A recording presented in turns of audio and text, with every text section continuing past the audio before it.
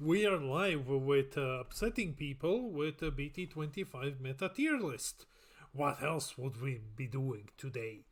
So, hello everyone and welcome. Hello the 0 people here at the moment.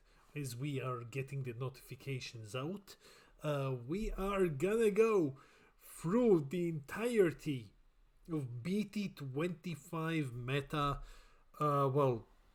The entirety of BT25, man, that's a bit of an overstatement, right? But we are going over dozens of decks. 173 to be exact. And yeah, this will be my definitive BT25 meta. There's a lot of tiers. Let me see this. Yeah, okay, cool. You'll see me soon on social media look like shit. So, jumping in to say the clowns still haven't eaten me. Clowns are all awful creatures, Crash. Clowns are awful fucking creatures, mate. I'm deadly afraid of clowns. To be honest, I fucking hate clowns.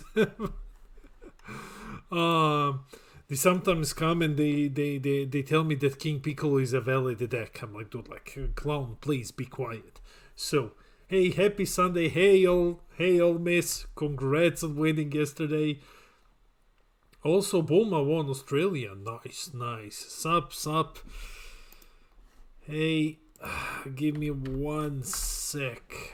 If I put this on here and I put it like this, it's easier for me. Okay, cool. Awesome. So, we have a bunch of shit today, right? I've been going back and forward. I've cut it down by like a dozen liters or so. And we're gonna wait just a bit more. And then we'll jump in. Is this limited to... No, it's not Greek. It's 173 liters. So there's like a lot of shit here. Because a lot of things, back to running from clowns, good luck. Because a lot of things got support, plus the new Z unisons, they kind of bring new stuff into the game, plus the new promos that I never really got over. So, hey LA, how's it going? So, let's start then, right? Yeah. We can slowly start. Here's what I have for you. So, 1 sec. These are the tiers. Tier 0, OP should be banned. Pretty self-explanatory, right? Because we are entering a tier 0 format, tier 1 is no longer meta-defining. It's literally just the next best thing. Like, I'm going to spoil it immediately. One deck is tier 0, so tier 1 is just whatever else is the best next thing. Tier 2 is competitive, so these are the decks that will be topping a lot. So these will not, those are the decks that they don't take up the majority of top 16, but they do show up, and they show up very, very often. So let's say if you have 16 events, and across 16 events you have at 9 of them in top 16 you have Blue Beerus, for example, that would qualify him as a tier 2 competitive deck. Tier 3 Rogue would be the deck where if you have 16 events and you have Broly Surge across like 4 of them, or 3. Or maybe just 2. That's already kind of like niche rogue territory. Tier 2.5 is Pilot Skill. There are a couple of decks which can be very, very competitive, but only if you know how to play them perfectly. Those are Pilot Skill. Tier 4 is Locals. As always, Locals doesn't mean bad. Locals doesn't mean bad by a long shot. What it does mean is that while these decks are very, very strong and very viable across local events or like store championships and stuff like that, they aren't as good as tier 3 or tier 2 upwards when it comes to a competitive setting. So you can still play them at locals and have a blast, but if you take them to an event, you probably won't do too well. Then we have, I'm going to try to zoom it out a bit though. Give me just 1 second. Okay, now it's better. I don't know why the fuck was it so bad in the first place. Okay, pardon my French wee wee baguette. So, tier 5, bad but fun to experiment with. So these are the decks that you might not want to take to locals necessarily. They are bad, but they're not absolute trash. They're still fun to build. They still have some room for experimentation, for crazy fun builds and stuff like that. That's tier 5. Tier 6 is actual trash, as you can imagine. That's pretty self-explanatory. And tier 7 is the Towa Token deck. Are you no, we're not taking Anniversary Box into consideration for this one. This is only Bt25. So, give me just 1 second. Okay, let me show you the leaders. I love how Towa Token always has its own tier. Yes. So, here we go. These are the leaders. There's a bunch of them. So we will be here for a while and actually trim this down at some point. If something isn't listed, that means that the deck isn't even really worth considering at all. Like, it's either, if it's not listed, it's tier 5, tier 6. So yeah, because there were like over 200, and then I just figured that most of them are trash. These are the ones that you think of when you think of, okay, Dragon Ball, right? So let's immediately do the thing, right? Okay, so just to set a standard for the tier list. Kid Ku is tier 0. It is the best deck in the game. It's going to warp the entire meta around it.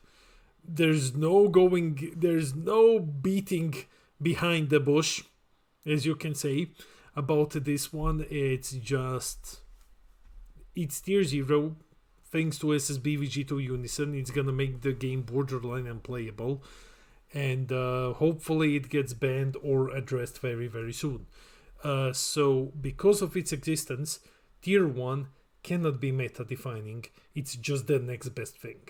This will usually go, these decks in tier 1 will probably not beat Kid Ku consistently, because that's not how tier 0 metagames work, but they are, for example, the next best deck, the best decks in the color, and stuff like that.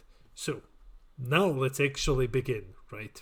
This was just a prelude to the fucking abomination that we're about to jump in. First deck on our list is OG Broly. So, I'm gonna try to talk a bit about each deck, unless it's like really, really yes, and then we just throw it. OG Broly. Okay, fan favorite. I mean, to like 10 people who still play it. It's a hand destruction deck. It didn't really gain much in this last set. It can use all the green Saiyan tools, that means like uneasing. It has a Unison now. If you want to run the Z Unison, which just unconditionally discards a card, that's cool. You can burn through your opponent's hand relatively quickly. That's a nice bonus. You can use some of the Brolys from the previous set if you wish to do so. So there is kinda... does this have every leader? No, not every. Just like 170 something. Basically every leader. But we're not including like set 4 and stuff like that. It's a hand destruction deck, right? The problem with Broly is everything you can do with Broly, you do with other green decks, but better. Like, hand destruction of pretty much every green deck does hand destruction better than Broly. Cell does it much better. Gobros, Trunks Mai do it much better than Broly. Broly is just kinda...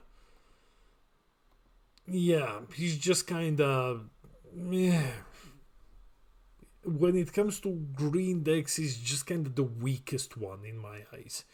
The green hand destruction. So I would put this one just into locals, to be honest. I'll just slap it here. It's not even rogue, considering this deck hasn't topped a single time in the last 2 years or so. With all of the shit that it's been given throughout the sets, it's never accomplished anything.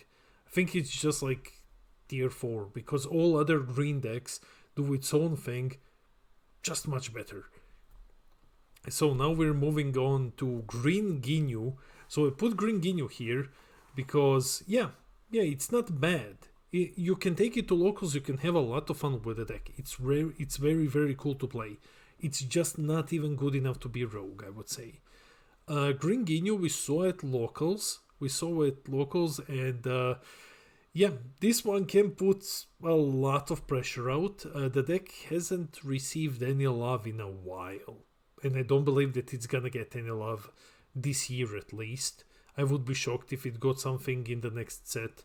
We know nothing from any boxes coming for Green Ginyu, so at the moment it's a very low to the ground swarm the board green deck, but that's just kind of what it does. Like that's everything. So it doesn't use uneasing, it doesn't run unisons, it's just like slap a bunch of shit and try to aggro your opponent down. I don't think that it has a favorable matchup against pretty much anything that's from tier 3 upwards, so I think this one just goes into locals as well. This tier is gonna be a bit crowded, trust me. There's a lot of weird shit here. Then we're moving to Yellow Gotenks. This one was promising. It got some support. I've tested the shit out of this one. So not in the current format, in the previous one. So it's a weird one. It wants to be a green good stuff deck, right? It wants to do green good stuff.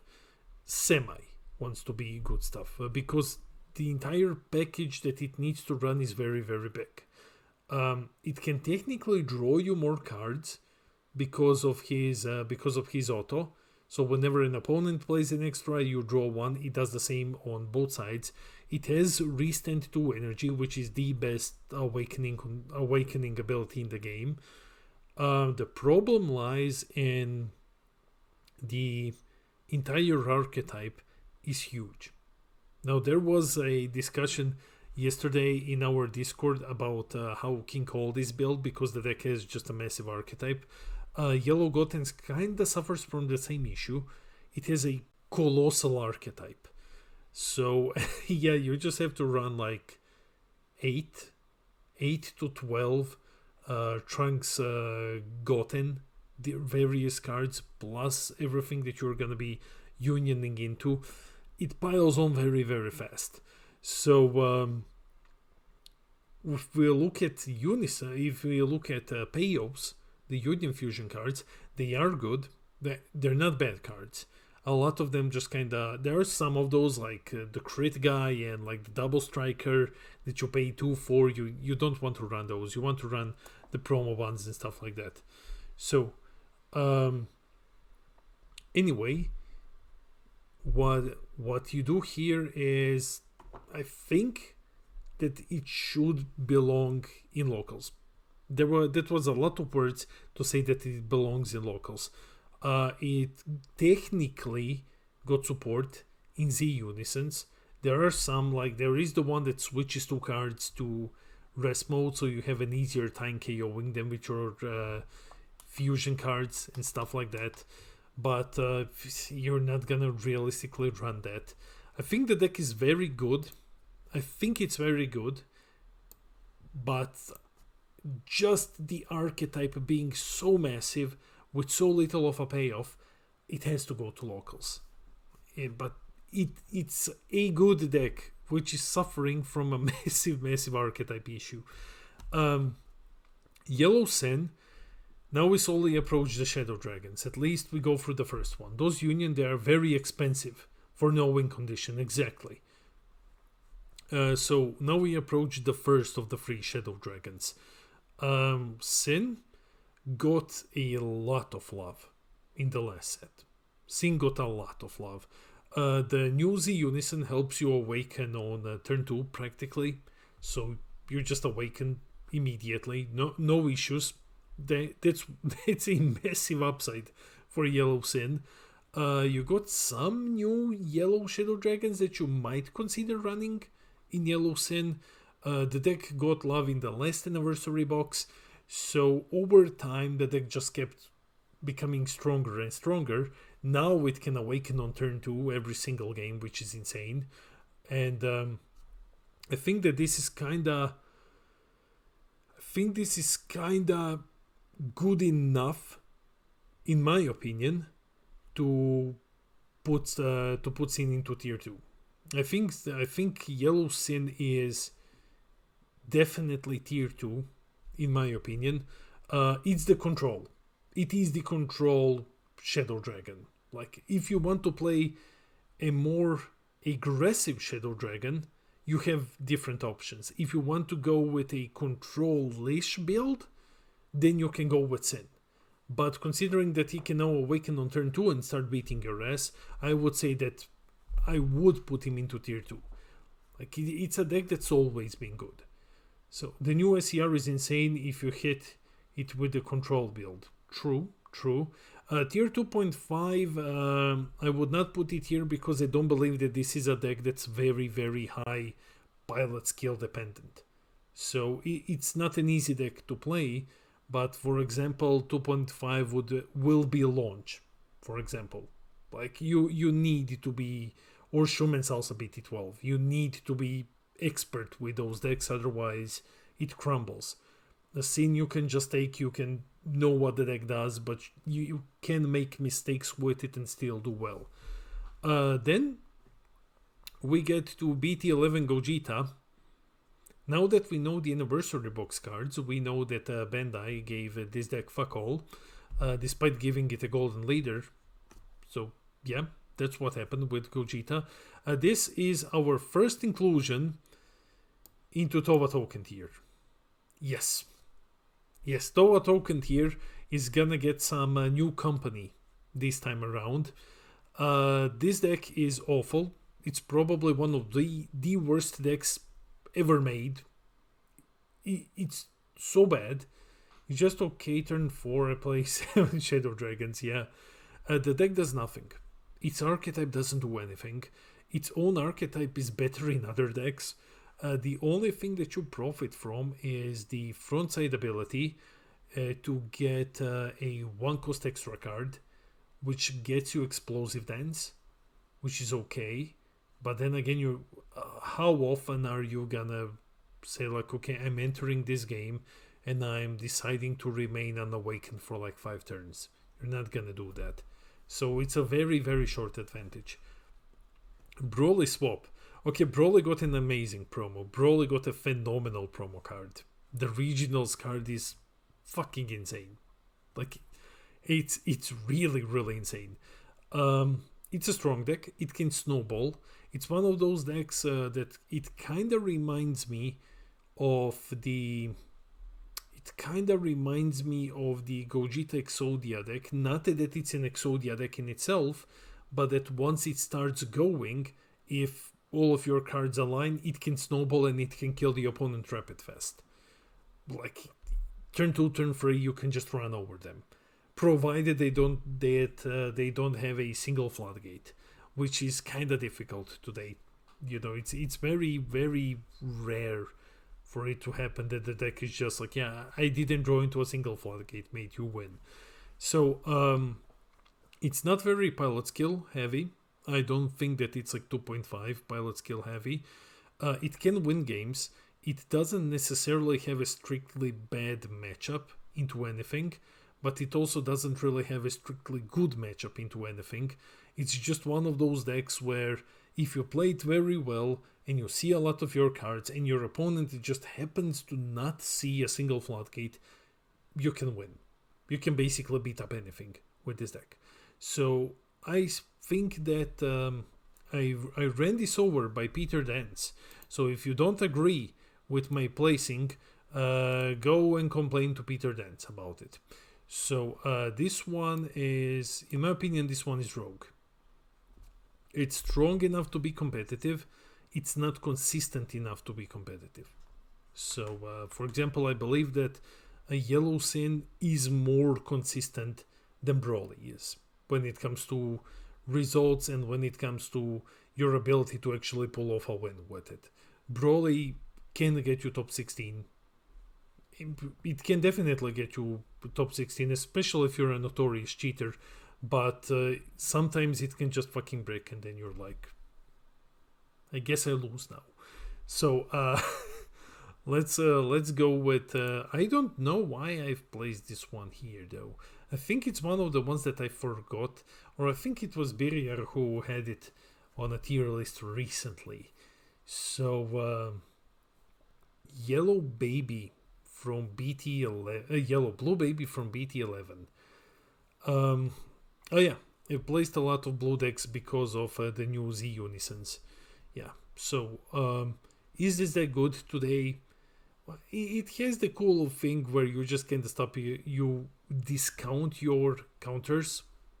That's pretty neat. In the current era of Dragon Ball in blue, does it matter as much? You're not really running so many blue battle card counters and stuff. You're running defending friends, and that's basically it. Tier 5. Bad but fun to experiment with. Or maybe locals. Maybe we put it into locals. Like, you can do reasonably well at locals with it, right? No? Okay. The champion has spoken. So we're going to slap this monkey here. He's bad, but hey, it's fun to play it. It's fun to experiment with it. Tier 5 because it's not trash, okay? Moving on, we have SS4 Vegeta.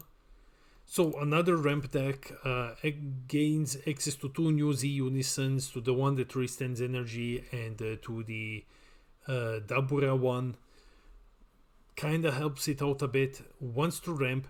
Unfortunately, you kinda have to hit your opponent to do that. It's, by the words of Cody, from when we were doing one of these tier lists, if this deck keeps hitting your opponent and ramping, it's the best deck in the game. If it doesn't do that, it's just kinda, you might as well just play Blue Beerus. So I don't think this one is either. I don't think this one is tier 3. It has cool builds, and I'm going to put him into locals because I think that it's one of those that's fun to play. It's one of those that can win you locals, for example. It has some neat interactions where you can just kind of try to give it double or something. So it's a ramp deck that's just not as consistent as Beerus is. But it's not a bad deck. So let's put it at 4. Majin Vegeta, green one. I have been checking this out a bit. I haven't tried it out yet. This used to be one of the best decks in the game. Back in the day when we had no pre-side best of 1 format, this was one of the best decks in the game. Now it's just kind of fell off. It got a lot of support over the years. It got a couple of promos to help it out a bit. But just the errata to the field still kind of kept it a bit slow. It's one of those decks where, yes, you can. It's similar to Broly. You can pull off a win if your opponent doesn't have a floodgate or something to just help you. Because you can just go attack, and just stack a bunch of them. So, yeah, you have an energy marker that helps out a bit. Other than that, I think there's no real beating around the bush. I think this one is also like a local tier. Yeah, I would not call it rogue. I would not call it bad necessarily. I think green has enough tools for it to be okay now. Worst case, you can play the monkey in it. So it's a 1 cost 19k crit guy. Helps out a bit. So, but other than that, we just kind of slap this fucker here. Garlic. The neat thing about Garlic is that it has the Servant Overlord things. That's cool. It got a promo that helps a bit. That helps just a bit when it comes to the deck, but the deck is still not strong enough to top basically anything, right? It's a fun deck for locals, should go into that tier. Some of these are gonna be very, very brief, like the last two. There's not much to say about this. Garlic is still in tier 2. Now, a big controversial one though. Garlic only good card is the Piccolo that can negate the Unison Vegito. So, now we're hitting a controversial point. SS4 Goku Zeno. Okay, so Black got a very, very good toy in the next set. The Migra Z Unison is goddamn busted. Like, that card is absurd. In two specific Black decks, okay, free, maybe you can put it in the old Migra deck, but in this deck, what a deck, Goku Zeno. Yeah, this SS4 Goku Zeno, Black Overrealm, billion free attacks, double striker leader, does everything on the planet. The deck, what the deck can basically do now with the newest Demigra Unison is, it says very, very good. Yeah. I think what the deck does now is that it spirals out of control super consistently, and also because of the Migra just plussing immediately when you play it, you already and it's a Z Unison, you can basically go your first Overrealm into the Migra, Wormhole into your second Overrealm. Now you have a Z Unison out, Black Z Unison out with like 2 markers on. Opponent's turn, you get the free counterplay immediately. You just get a plus 5k buff, you draw a card, you warp something. You've put a lot of crit pressure on them if you're playing the crit aggro Overrealm version of it. Your opponent's turn is basically gone because you just instantly on their turn annihilated their only play. Your leader is now 20k, and then you just switch back into your turn and start slapping them again. It's a lot of words to say that I believe that SS4 Goku Zeno is going to be the best Black deck in the next format. I think this is going to be the best Black deck in the next format. Not necessarily the best, but among the best. I think this one is going to be absurd. I think this one is because, not only because of the Demigra Unison, but because you get the free counterplay immediately. And you just take away your opponent's turn. And then you proceed to clap him with crit guys for free. Like, that's insane. Launch is good. So I absolutely agree with that. Launch is one of those decks where if you know how to play launch perfectly, flawlessly, you can win originals with launch. You can top definitely, but you absolutely need to play this deck perfectly in order to do so. And that's why I think like launch is the very definition of tier 2.5. Launch is the very definition of tier 2.5. Like you can top, you can win, but a single mistake is extremely punishing when you play this deck. Now we reach the old King Piccolo. Man, you were so close, but Bandai said like, no, Nani, no, KP goes into trash. The OG KP just goes into trash. He was close. You were this close to getting things unbanned, but it was like, no. KP still unplayable. Turles. I haven't seen many people try out Turles since the last anniversary box. I think Turles is okay. You get a very good Z leader. You get to swarm the board with like little green stuff. Honestly, I'm the one who's saying, hey, not a lot of people have played the deck. I have it built. I haven't played it single time. So I still need to get to it. But I think it didn't get any of the new toys. It has all of the defensive options that green has, right? It has access to Dormant just by being green. You get King Cold because you have a field card, right? I think that's a field. I don't fucking know. You get Uneasing as well. The Z Leader is great. You get to swarm the board very fast. You get a decent amount of combo power. The fruit that gives you double. That's very good. So the deck has a lot going for it. Now, it's just kind of not played. Turles doesn't have a way to finish the game besides the leader attack. Yeah, it has to go into the Z lead to be like very, very threatening. It has to go into the Z lead. He's got a field. The King Cold support helping this deck a lot. Archetype takes up too much space, that is also true. I don't think I would put it into 3, to be honest, in the upcoming. I think he still belongs in 4, which once again is not bad. Tier 4 is not bad by any measure, but it's just, I don't think that he's rogue at the moment. I think you can go and you can do very, very well bet locals with it, definitely. But I don't think that this one can top regionals. So he's good in locals, yeah. Let's put him here.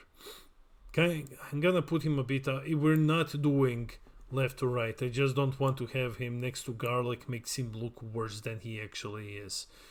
Okay, so by the way, hello everyone. We have 42 viewers today in the chat. Hello everyone, thanks for joining us today.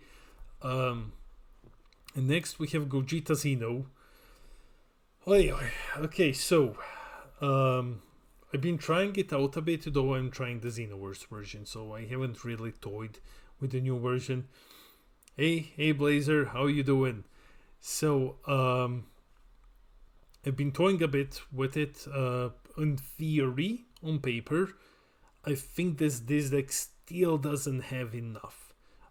He profits from the SSB Vegeta Unison, but other than that, there's not really much. Now, if they ever unbanned the, what was it? It was Marshall Melee, right?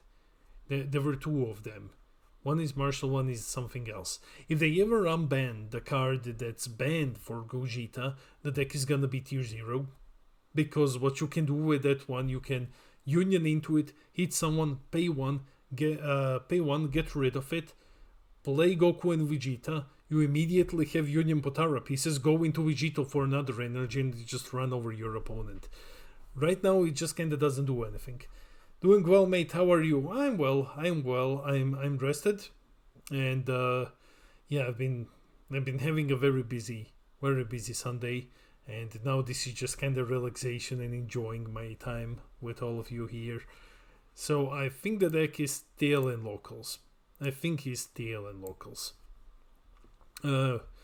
Because at the moment he only has, what does he have? He only has thwarting, which is limited to 1. He has the other Gogeta, the one that got the collector's version card, but that one is really, really bad. And then Vegito just kind of doesn't really work with it, so I'm just going, 4. I think it's okay. Shroom and Salsa BT12. This one is also pilot skill. This similar to launch, if you can play it flawlessly, and I know of like 3 people who can do that, and that's Oli, Mikey, and Peter Dance, who all 3 of them got amazing results with this deck. Like you need to play this deck perfectly, absolutely perfectly, but then you can win. You can win, but it's super punishing if you mess up. So this is another one of those 2.5. Then we get to Red Bardock. Okay, so huge shout out to Alexander who sent me his Red Bardock list. This deck is this is one of those one of those decks that has been slept on for a while now. It got a couple of promos, it got a couple of support cards that just kind of flew under the radar completely. Like the newest promo for Bardock is really good, the new red one. You still have your old chain attack Bardock thing, which you used to have before.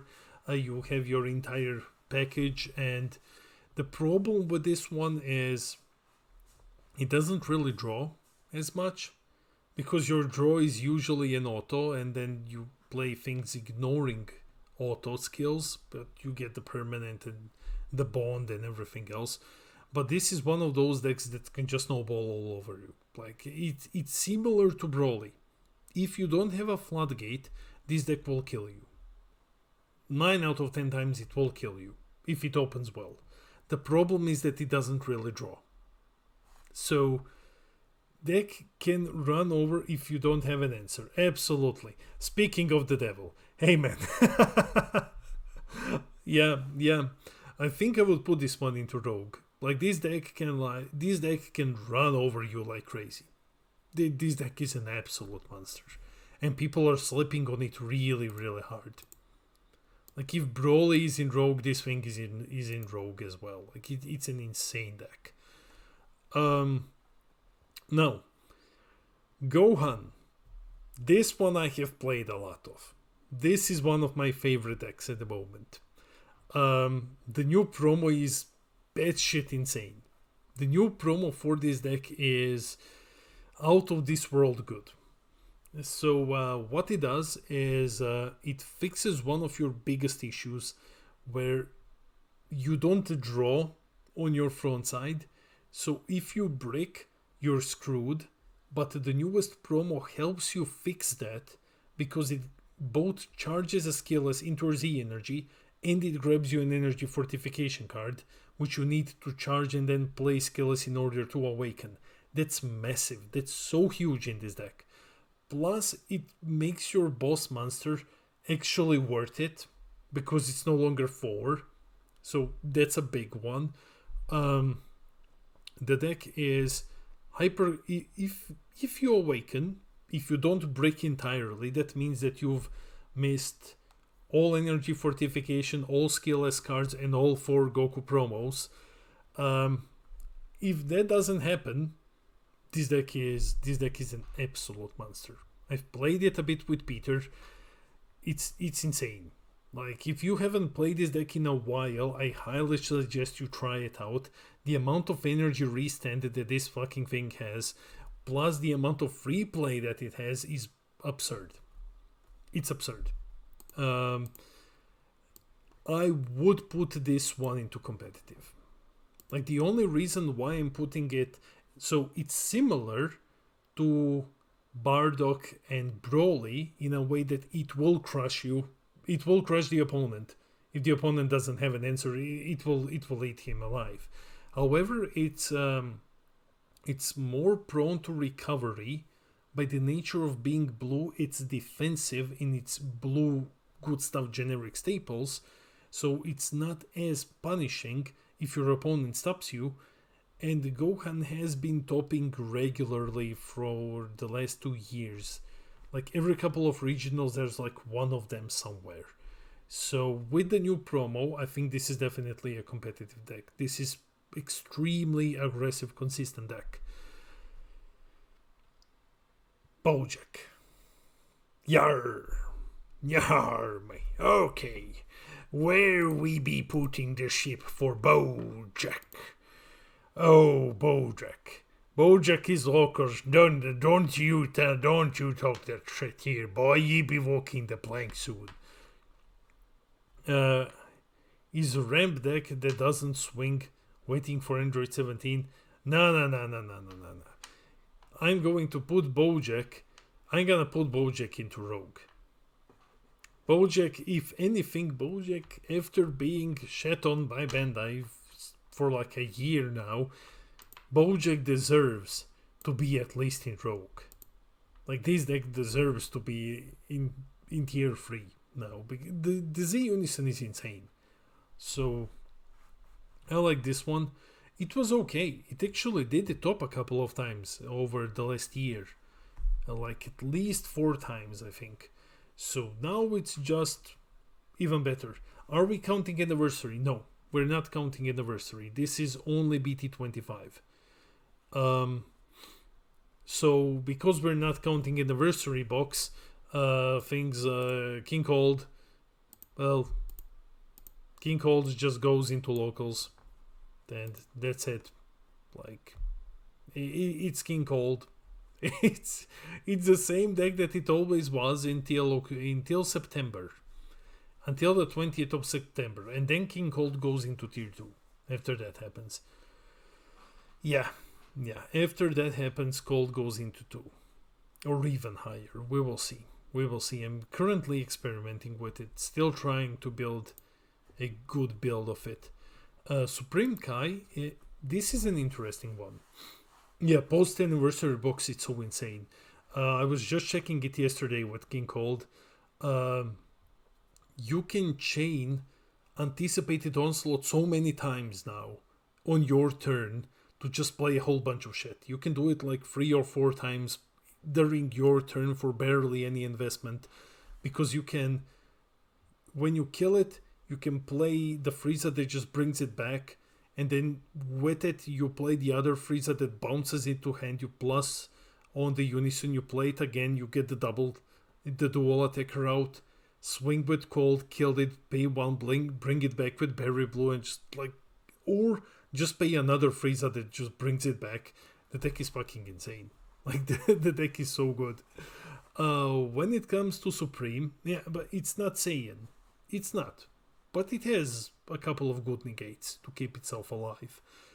Supreme Kai. Okay.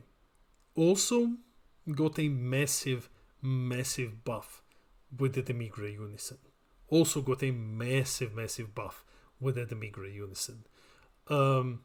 Before, this deck was kinda in locals for a long while, because the deck just kinda didn't do anything.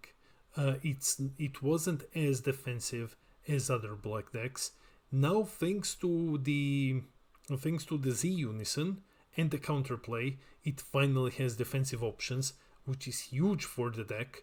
It can still keep doing everything that it has been doing, but now it has access to counterplay and the plus 5k buff. That's massive. However, Goku Zeno just kind of does everything that Kai does, but better. So, but that's a tier 1 deck, right? So I think that thanks to, before, Kai would be in locals, but now thanks to the Migra Unison, I will bump it up into tier 3 into Rogue. I don't think that it's a bad deck.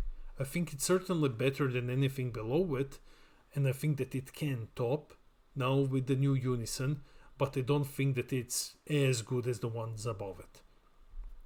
Especially when there is Goku, which is just so superior.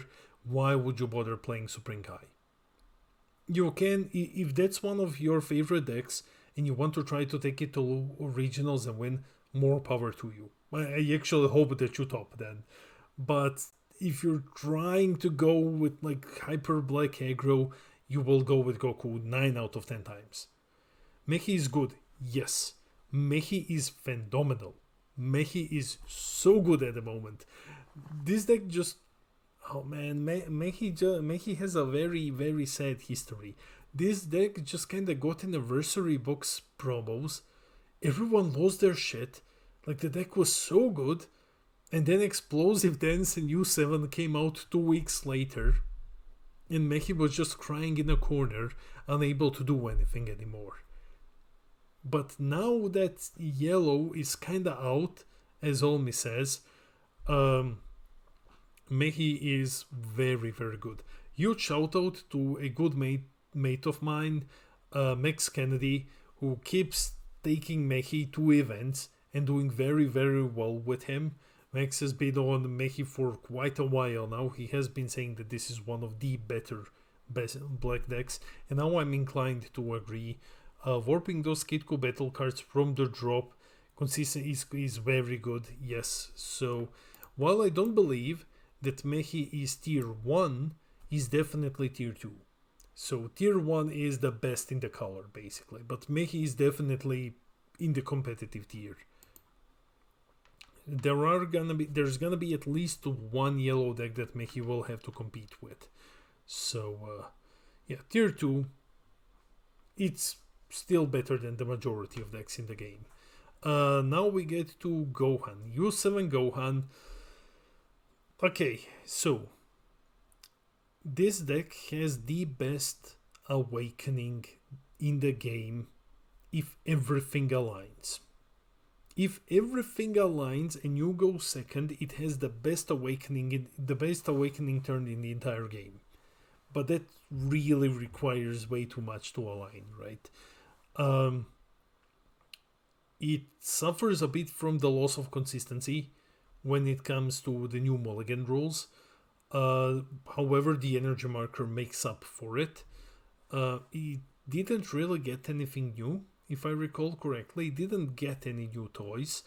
It can still top here and there, though people haven't really been using it. It got very outshined by everything else in red. It's just far more consistent than Gohan is. I don't think that he's 2.5 though. I don't think that it's one of the decks that require extreme pilot skill for you to be able to top with it. I think Gohan, I think he is better than locals. He's definitely rogue in my opinion. Like, you might be able to top with it if you take it to an event.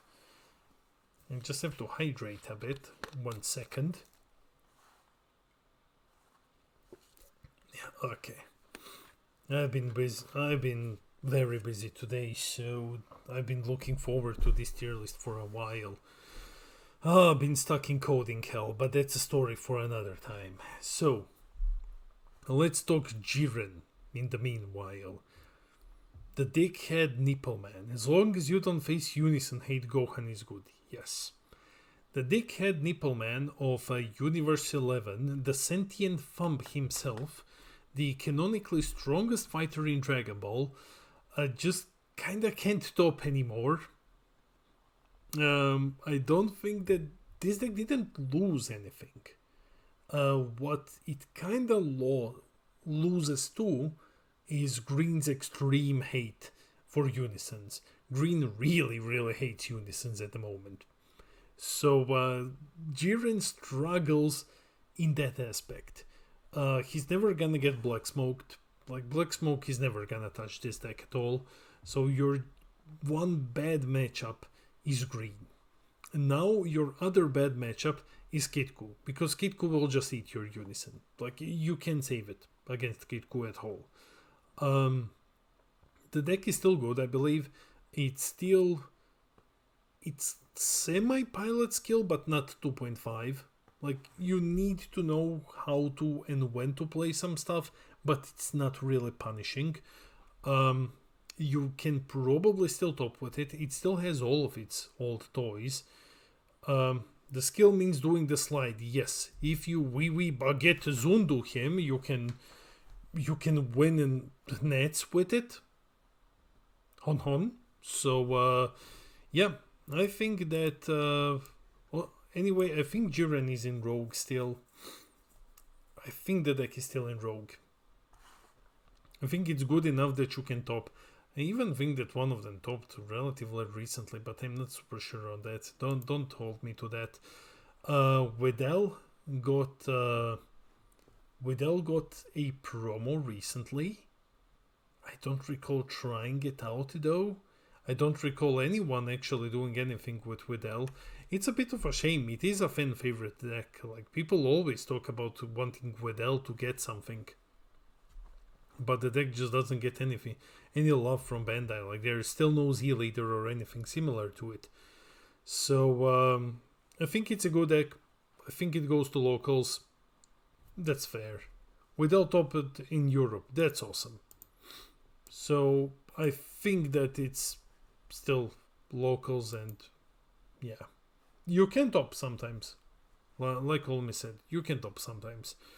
Boo got support. Boo got support in the newest SR, because the new blue SR you can actually play it without paying any blue in Boo, which is great. It also heavily profits from you having the Z Unison out. The Z Unison out is actually the Z Unison is very good. In this deck, the Z Unison is great. It's arguably better than the blue blue ones. It suffers from not being a Saiyan. That's an issue. It wants to go wide with the Majin tokens, so floodgates are a problem. And other than that, I think it's just a regular, like, good stuff green Boo deck, like good stuff. It's play green Boo archetype now with a new blue card. It makes the deck better, it doesn't make it better than locals though. So, here we go. Helku. Fucking Helku. So, this deck has... yeah. It's been one of my favorite decks for a long time, and you can see that Benda has really tried to make it good. They really tried with that anniversary box, but the problem is that the deck's payoffs are just kind of shit for the majority of the time. Like always, I set up the top of my deck and I do quantum physics and I put like all of this shit there, and I have like Spirit Boost, and now I reveal and do stuff. What did I get? 20k double. KO something. Yeah. Cool. What else does black do for 1 energy? So much more. Like, it's a cool deck. It's very fun to play. It's very punishing if you don't play it correctly, because you can get a bit screwed over if you're not used to doing its things. Hey man, 20k double do be funny though. That is true. But it's not better. It's not better than locals. So it just kind of, yeah. Android Super 17 yellow one. I have built this one. Yes, I mean, like, I've built like most of these, but Android 17, I've tried it because all of you know how big of a fan I am of the green Super 17, so I've tried the yellow counterpart, and here is what I found. It's shit. However, it feels fun to play. At least to me, it feels fun to play. It feels like you're progressing for the first like 2 turns, but then it just kind of does fuck all after that. Like, the boss monster comes out on turn 4, and it has no protection. It's just bad. So, yeah, I think this one is actual trash. I think it's actual trash. It is fun to play. Like, it's fun to play, but it's really bad. It's really bad. So, okay. Sin. Now we have 3 meal decks. So tier 5 actually. Yeah, I think we can put him in tier 5. Yeah, that would be okay. It's bad, but it's fun to play. Black Sin. Okay, we have 3 meal decks. 3 meal decks here. Sin is the worst out of 3. 3 too many. Lies. Like, meal 2 please. Meal 2 for that comment. So, in the current era, where decks draw so much, Mill shines in something like this, right? All of the decks draw so much that if you play Mill, you're just a very happy person. But Sin is still kind of the weakest one, because he needs to play a colossal archetype. The entire deck is archetype. So, yeah, his deck requires opponents to have a unison. Yeah, so I think he's still better than locals. He can obviously top. We have seen that happen. I'm gonna put him in tier 3 just because of how strong Mill can be, but he is the weakest out of 3 Mill decks. He's definitely the worst out of 3 Mill decks. And Bandai didn't give it a Z Unison. Not a Z Unison, a Z Leader, which is really shameful. It's a shameful display, Bandai. Ah, well. Let me just say, let's over 170 leader. Yeah, let me just update this. Yeah, can I still spell? Yes, I can. Okay, cool. So, Red Extra Broly got this deck is here because it got a promo recently. Not in this wave, in the previous wave it got a promo. The promo is very decent. The deck itself isn't. I think it's bad. Even with the inclusion of the newest promo, I still think it's bad. The problem is the crippling permanent. The deck has a very, very crippling permanent, which says that you can't include the non-Broly cards, non-red Broly cards. If it just said play, no problem. It says include. That's the worst thing that you can read on a card. So it wants you to do a lot of shit with very little payoff. It's fun to play. It's fun to play. It feels rewarding when you pull it off. Even if the reward isn't so great, it does feel rewarding when you manage to pull off the leader effect, or when you manage to slap down the boss monster or the newest promo. It not feels bad. Getting there is really, really difficult. So I think this one is also like the other ones. I think this one is the definition of like, it's bad, but it's fun to play. You can probably take it to locals and you can probably do okay with it. But, you know, it's one step above trash. So, Blue Kale is one of my favorite decks. Like, I love this deck. It's a blue ramp deck. It's very cool. It has a very unique way of ramping.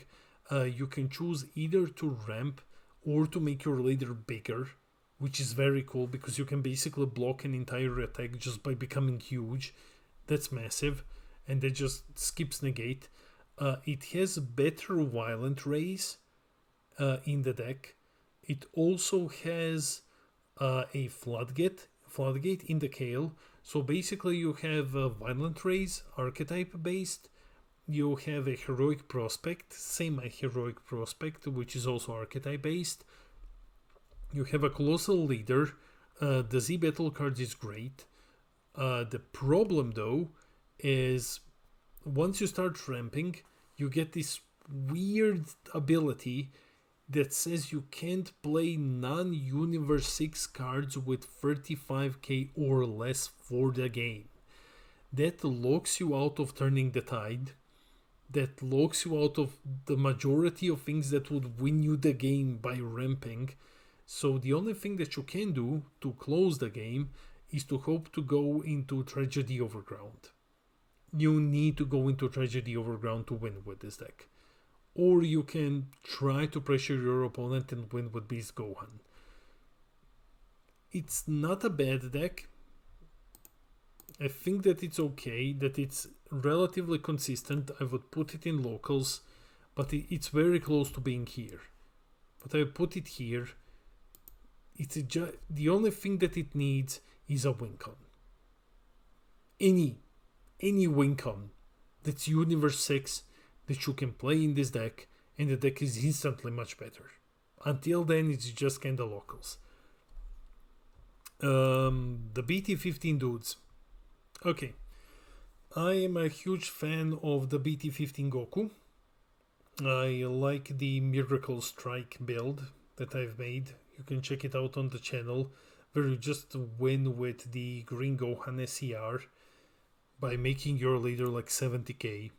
That's a very fun one. I think this is one of the leaders that got so much shit when it came out because BT15 was one of the worst sets ever made, and then no one really bothered to look up the leader again. It has cool tools. It has a field that it starts with, so it has access to King Cold. It has a way to become bigger. It has its own like little buffs. The unison is pretty decent in the deck. It has access to Feed Kamehameha, which I keep saying and no one uses it. This is what, 30 with Feed, it is 35k crit, possibly 40 crit on a leader swing. That's massive. That's really big.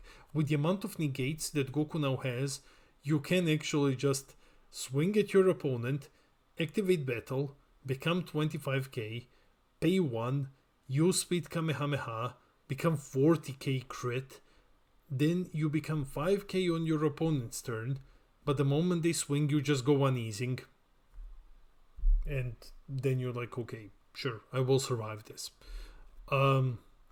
It's not a bad deck. That's where I'm going. The deck has always been okay. Just people saw that the field doesn't have barrier and that mattered for some reason. I would not put it higher than locals. You can win a lot with it if the opponent doesn't know how the Miracle Strike Goku works. The way that it works is that you run the yellow counter from Dripku, and this allows you to restand your leader. Your activate main gives you plus 45k, and the activate main is for the turn. So your leader restands, but it becomes skillless, but you don't lose the plus 45k buff because you've already used it before, and then you swing again. So it's pretty cool, but you can gain skills and shit like that. Vegeta, on the other hand, is kind of dog shit. Like, this one got a lot of support, and I keep hearing people that that this is a deck that's supposedly like one card away from being very, very good. That it got a lot of support over the years and stuff, but I don't see it. I don't see it. I saw all of its promo cards, and I agree you can build like this cool discard deck and stuff like that, but this thing doesn't draw. This thing just flat out doesn't draw. The draw is so conditional that I'm not feeling it. I feel like this one is just bad, but it's fun to experiment with. Well, one card away from being good while getting 5 cards of support. Exactly. Hey Miyamoto. So Flip Gohan, I'm just gonna speed up Flip Gohan. This deck is just locals. Like, it's not bad. It's not tier 5 bad. It's not tier 3 good. It got some support very recently. The support is very good for it. It got support in its own apes. It got support in the apes from Gohan from the archetype from the previous set. It's a decent deck. It's very fun to play. You can have fun with it at locals. Flipkan is rogue. I don't think it's rogue. I don't think that it can top anything. But Apeku does same but better. Apeku does the same but better. Apeku is on a completely different level. Finn is one of those decks that could use some support. The best thing that it does is that it blanks unisons. It's semi-relevant because you don't have Spirit Boost anymore. Like, not a lot of things have Spirit Boost anymore. But I still feel like the deck is lacking a lot. I think you can do well at locals with it. I don't think that it is rogue. I thought that it's like, hey, it might be rogue. In the last meta, I thought, with the Z unisons and everything, Finn might be rogue, but then it just kind of didn't do much. So, but it's still a good deck. You can still do well at locals with it. You just can't top regionals with it. Continuing on with BT16, we have Red U7 Goku. This is again one of my favorites. It's a cool deck. It's from BT16. It was such a menace back in the day. It was such a menace back in the day. It was one of the best decks in the game when it was out during its heyday. So ever since then, it got severely ran over by other red decks. It just became so much weaker than anything else in red. But I've been trying it for the current format, and it still feels good. It's now it has explosive dance, which is cool. It has a Z extra, and that's also well. But he's still good. I think that this one is in rogue, definitely. Like, I don't think that it's competitive, but I feel like it's still good. You can probably top with this one. You can probably top with it. Yeah, exactly. It's good, but you have better options. You can top with it, but why would you bother? Like, trying to top with this thing.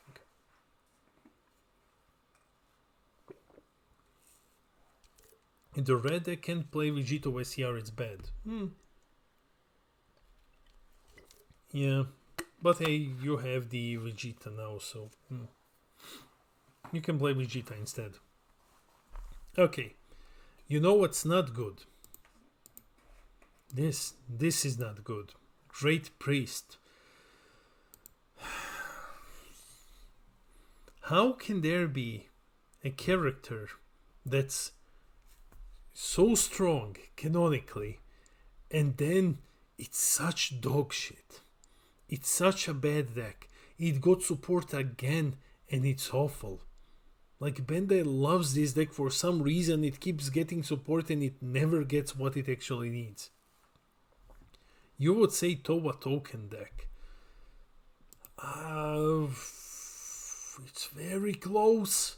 It's very close. We're gonna extend the family. Great Priest needs a floodgate. Just make tier 8 6.8.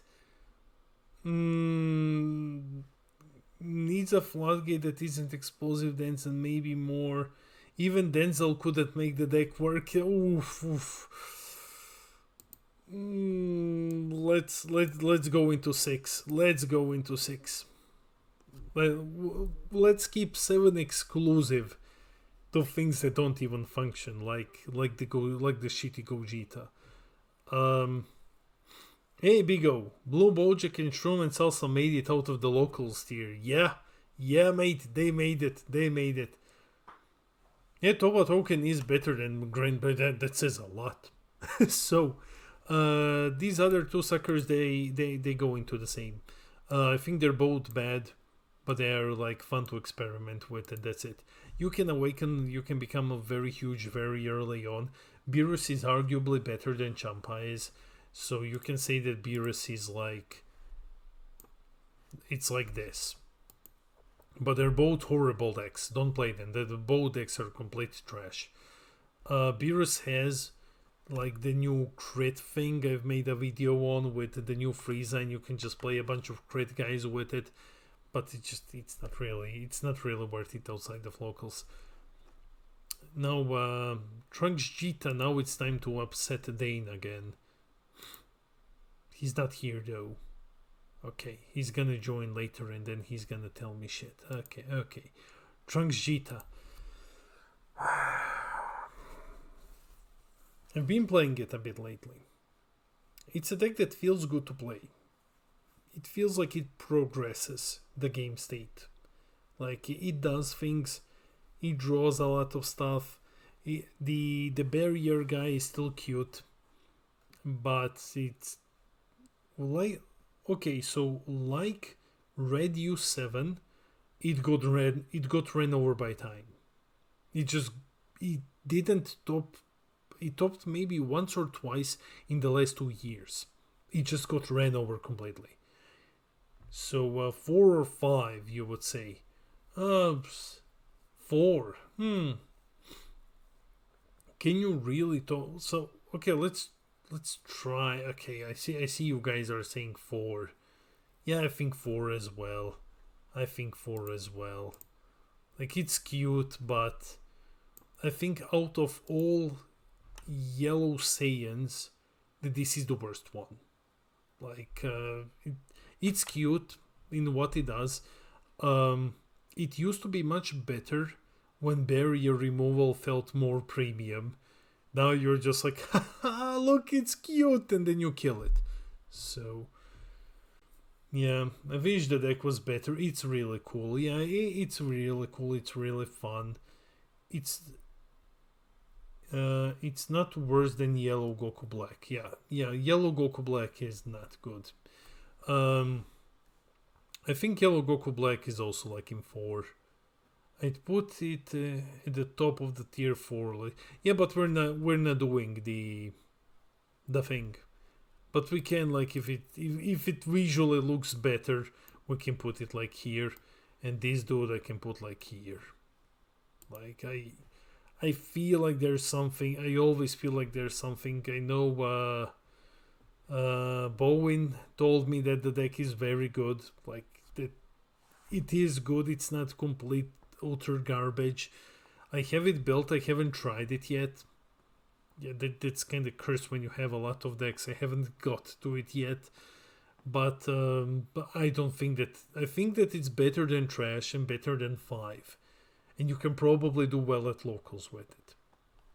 And that's about as far as it goes. Like that's really about as far as it goes. Maybe you can do some shenanigans with the new Z Unison. Now it's time for some better decks. We've been discussing a lot of shit lately. Let's talk about SSG Trunks. One of the best black decks I play, it a lot, and the new promo is insane, can be on tier 3 at least. So the new promo for Trunks is amazing. The new promo is phenomenal. The new Z Unison, the one that puts something into the warp, right? If I'm thinking of the correct thing, I think that one also helps you out a bit with consistency. Z Unisons, checking on Deck Planet, the best deck builder in the world. No cards found. Well, that's bullshit. Okay, here it is. Look at top 3 cards from the top of your deck. Place one in its owner's drop or send it to the warp, and then place the... Yeah, I think the new Z Unison goes a long way in helping you with consistency in this deck. That's great. The new Chile Broly one. The promo is out of this world. The deck is super consistent. It can play the boss monster multiple times.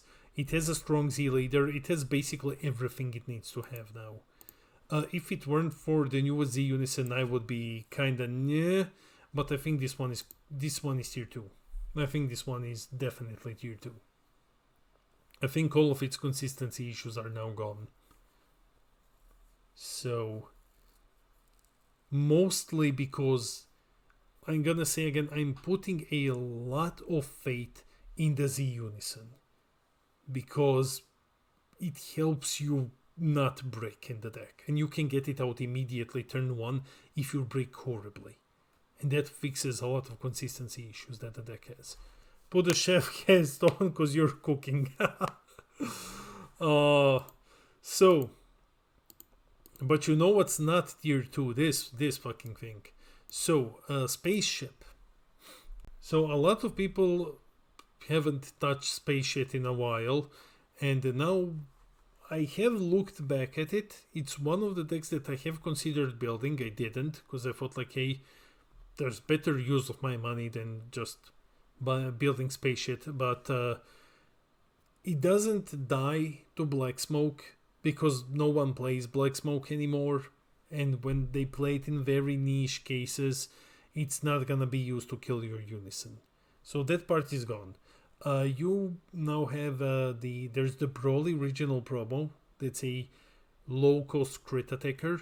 You have a couple of low-cost crit attackers. You have a Unison that's out very early in the game that just ramps markers, which is phenomenal. You can put in a lot of pressure. Now there is explosive dance here as well. I think the deck has gas. I think this deck does have gas. Now, does it have gas because it's complete ass? I am not sure. Is it that kind of gas? Or like, can it actually go somewhere? But I think that it is locals at least. Like, I think that it's locals. General Dildo. So General Dildo got a buff with the newest Mew card. I don't think that anyone really... Oh man, Dildo about to come up. Yes. It's about to come up somewhere. It's about to come up somewhere. So, okay. It got a cute buff with Mew. I actually bothered reading that promo yesterday. It's like, okay, it's cool, but you still need the Super Sigma out to go into the other guy. And yeah, it gets your... Yeah, it doesn't really solve anything, right? You still need your setup to do what's basically a turn 2 play, but you're just paying one for something else. So I think General Dildo is gonna remain in like locals.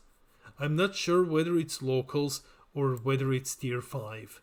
Like, I feel like putting it here is a bit insulting. Honestly, like, I'm going to put Baby here. I feel bad for Baby when I look at this other shit. So, but, just slot filler support. Yeah. Super Ligma. Honestly, Red Broly is better than Red Dildo. That is true. Red Broly is better. It's more fun to play though. So, but if you go versus almost any deck there in the locals, it will lose. Yeah. I think this was just... Let's put it like here. And I'm going to put Broly into locals. I think that's fair. The new support for Broly isn't bad. So we have the Red Ribbon Robot. We have the Red Ribbon Robot is finally here. That's a 6. I mean, yeah. Oh, I was excited. I was confused and excited when it got support in the regionals. I was like, man, Red Ribbon Robot got the support, and then I read it, and I was like, what did I just read? Like, I feel like I'm probably like stupid, and I don't understand what the Z Extra does. I just read it, and I was like, okay, so play your shit and then KO it, and I was like, what's happening? But Alexander managed to top with it. How many times did you top? You topped twice with it, right? Or at least once you've topped with it. So Red Ribbon Logos once. You've topped once with it, not twice. Okay. So you're the expert. Where do you want us to put Red Ribbon Robot? You won locals a couple of times, so that kind of says it. We can put it in locals. Okay, there we go. As the Creed, by the only Red Ribbon Robot player in the world, it is in locals. Now we reach Joe Revel, Green Cooler. So huge shout out to Joe, who is probably not watching this. I think there's football today or something like that. Shit, I won with his local, so bump it to locals. Oh man.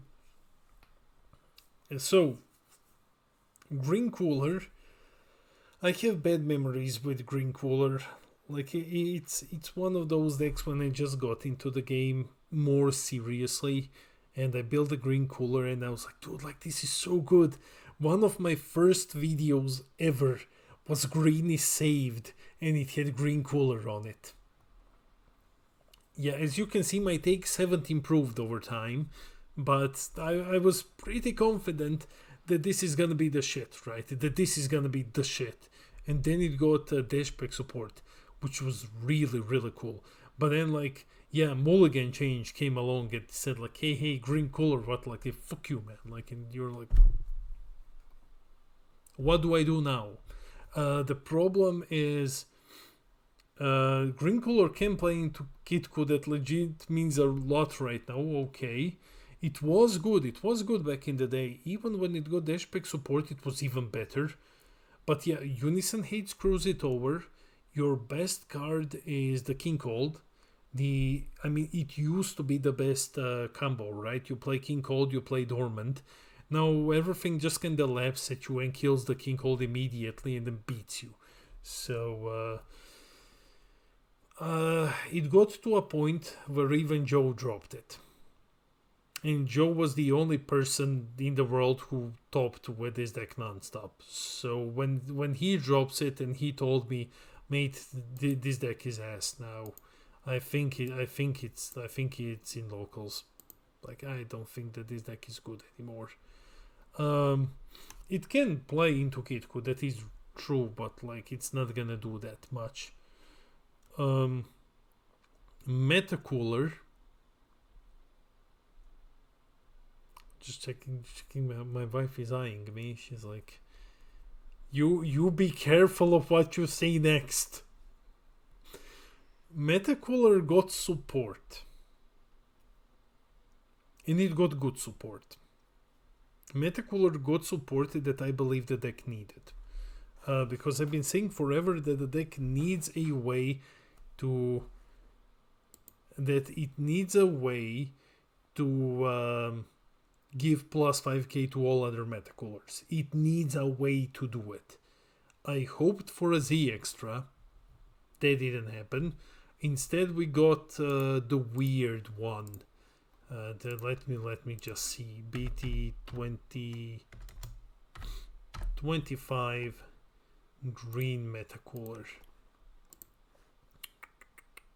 Here it is. So if you have 3 or more infinite meta coolers in your battle area and 3 or more energy, every metal cooler gets plus 5k. That includes the new card, that includes your leader. So your leader is just 20. And then for 1 energy, if your leader is meta cooler and you discard 2 meta coolers, you draw 2 cards, you play this card from your hand, and then you place up to 3 from your drop to the top of your deck. Now, a couple of things here. First off, it's up to 3.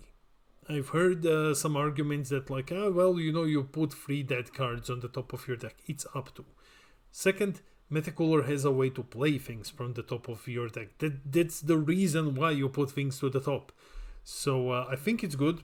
I mean, like, good. Good is a stretch. Good is a stretch. So there is no way to have 5 metacoolers in the battle area. Maybe when your opponent is asleep. Maybe you can catch them off guard now. You know what's the biggest problem with metacoolers? They have permanent, which allows you to play as many of them as you want. If that was on the leader, metacooler would have been busted. Because then you could play the Gohan, which gives all the leader ability to give all of them barrier. That would have been insane. I do get sleepy when I play against Cooler. So, honey, do we put him in 4 or in 5? She just did the same thing that Bandai did when they were asked to develop support for Metacooler. She just kind of went. So we're gonna put him in 5.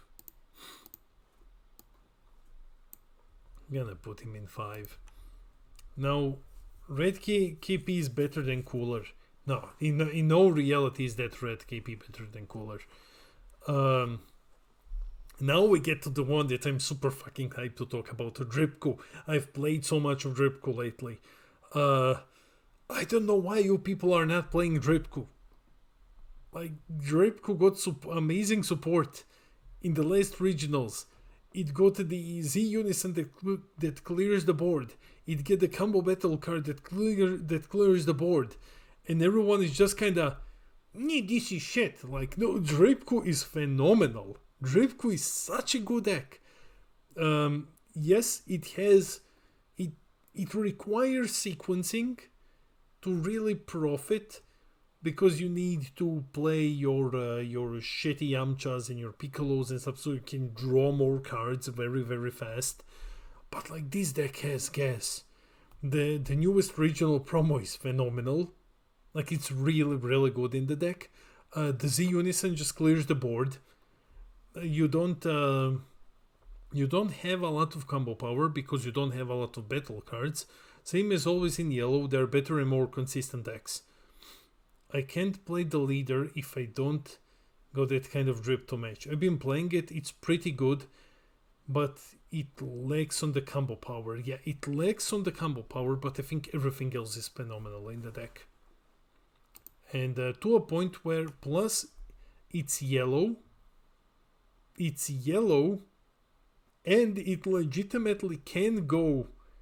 If Cooler can go against Kitku, Dripku can do that as well. Arguably better. Because of the entire rape thing, bullshit, blah. Because for this deck you don't need to play battle cards at all. Just play like red good stuff, survive, and then just say like, okay, sure, Gohan, hit. There's no way I tune in and Goku Zeno is tier 1. What's happening here? Mate, have you not seen how good Goku Zeno is? You should make a video on this one. I will make a video on this one. I've been experimenting with it a lot. I need Peter Dance to stop working so that we can play more. So, never did anything aside from topping once. It never did anything, but it got support. It got such good support. Exactly, Eric. It's an extremely good deck at the moment. It's an extremely good deck. I'm going to put him into Rogue at least. Like, this deck is really, really good. You do yourself a favor and play more of Dripku. This deck is phenomenal. Like, it's really good. So, now Goku Zeno is goated. I'm going to be testing the deck. So, Eric, because you just jump in, one of the things with Goku Zeno, the new Demigra Unison not only allows you to do your wormhole thing faster, right? But it also gives you instant access to the counterplay.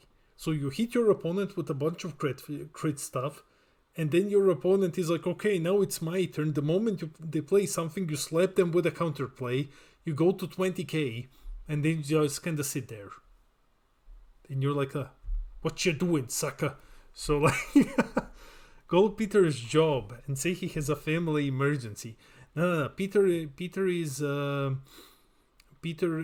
I think he's watching football. Does anyone follow football? What the fuck am I saying? We're playing card games now. Of course we're not watching football. So, like, need to do a fake accent though. Yes. The only problem with the Migra is the Z energy cost. Yeah, that is a bit difficult though. So you know what's actually like this one is garbage. This one is so bad. So this one we can put into like actual trash. Is it actual trash or is it like tier 5? So I want to like this deck so much. For context, I've played almost all of these.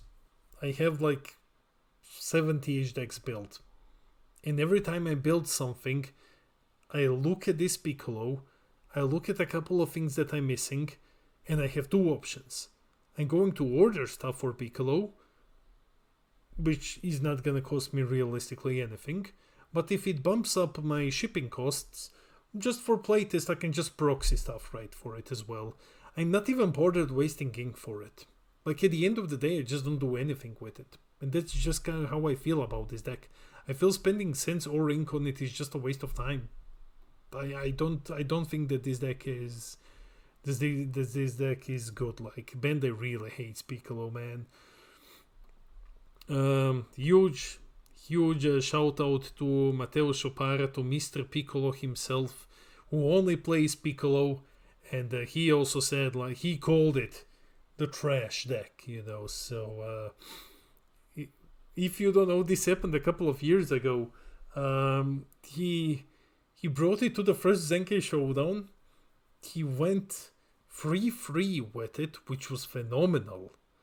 Like, that was a very, very good score. That was when Sin and Gogeta came out. He went 3-3 with the Piccolo. He even challenged Eggman to a match, but Eggman, being the pussy that he's, brought Sin and just beat him. And then Mateusz was like, kurva, next Piccolo is gonna be even better. And then Bandai released the BT18 one, which is arguably worse than this one is. And then we got like BT19 Piccolo, which is also shit. So Bandai hates Piccolo. I went on a bit of a rant just so that I can avoid talking about this. Towa Token goes into Towa Token tier. Now, Pico and Fusion Bolt looks good at least. It's at least good. So, this one, Ripku.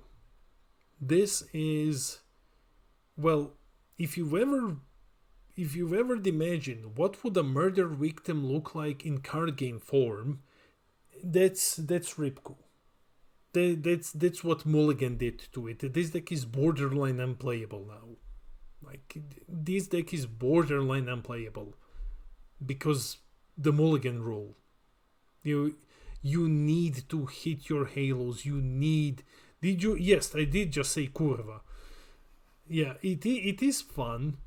I think that it's bad. I don't think that you can win locals with it anymore. Unironically, I feel like Towa Token isn't horrible. Yeah, now this deck is fine without Mulligan. You only need Nordkai. Oh well, if Big O says so, I'm going to bump it from 5 to 4. Well, there you go, Wally. For you, it is in tier 4.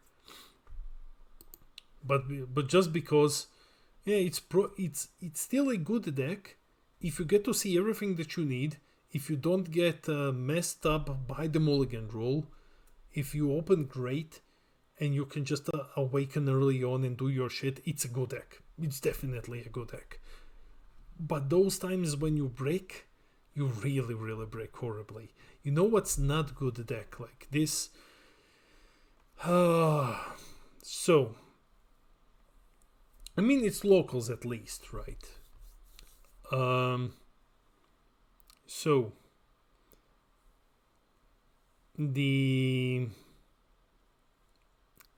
oh my god, I can't even pronounce it normally. I'm having a stroke just by looking at what's coming. You know what's not good? You know what's not even fun to play? Blue Pike one. No, I don't feel like it's even almost there. I feel like this deck is awful. I feel like this deck is complete trash. It's overly complicated to play. It wants you to do a lot of stuff for very little payoff. It just doesn't feel good. Like, so these decks in tier 5, they're not good, right? They're bad. But they're at least fun to play. They're at least fun to experiment with. Paikuhan isn't even fun. He isn't even fun to play. So I think this one goes here, man. I feel like this one goes here. I would love to be proven wrong. That Paikuhan isn't trash. But in my opinion, he's not even fun to play. Just grab the other leader as well. I don't have the other Paikuhan leader. Don't worry, I'm not doing that to myself. So, but I had it originally. Then we have Turtle School. Let me bother you for a moment as I preach the good word of Turtle School. If you stick to your favorite decks and try to enhance them, you can really see how amazing. Yep, exactly like Bastian says. So let me preach the good word of Turtle School. Turtle School is great, and no one plays it. I don't understand why you guys don't play Turtle. I mean, I understand why you don't play it because Green Gohan and Goku exist, but this deck is really, really awesome. It's very consistent. It has access to every single green floodgate under the sun. It's a Saiyan. It's a green Saiyan, which is great. Its archetype is, like I've said, its archetype is consistent. It's strong. You can build it in like this weird. Is Bulma? Not yet, but she is here somewhere. Overall, the deck has all of the tools that it needs to either be hyper aggro. It can be hyper crit aggro. It can be mid range. It can't be control though, but it can be one of those two. Even if you go just pure archetype, it's super strong. It has it can even use support from the promo packs. It can use Chi-Chi and Goku. If you wish to do that, you can do that in this deck as well. So feed Kamehameha on double strike. Exactly, now we're cooking. Give Turtle School a Z leader. Yes, please give them a Z leader. Until then, this is a rogue deck at least. Like, this is at least a rogue deck. Is Bulma on my list? That is a good question.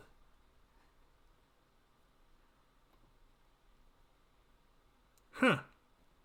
Oh yeah, she is. Okay, that's cool. Okay, so you know what's not a good deck. Green King Piccolo. Please, someone in the chat, tell me that you had success with Green Piccolo, please.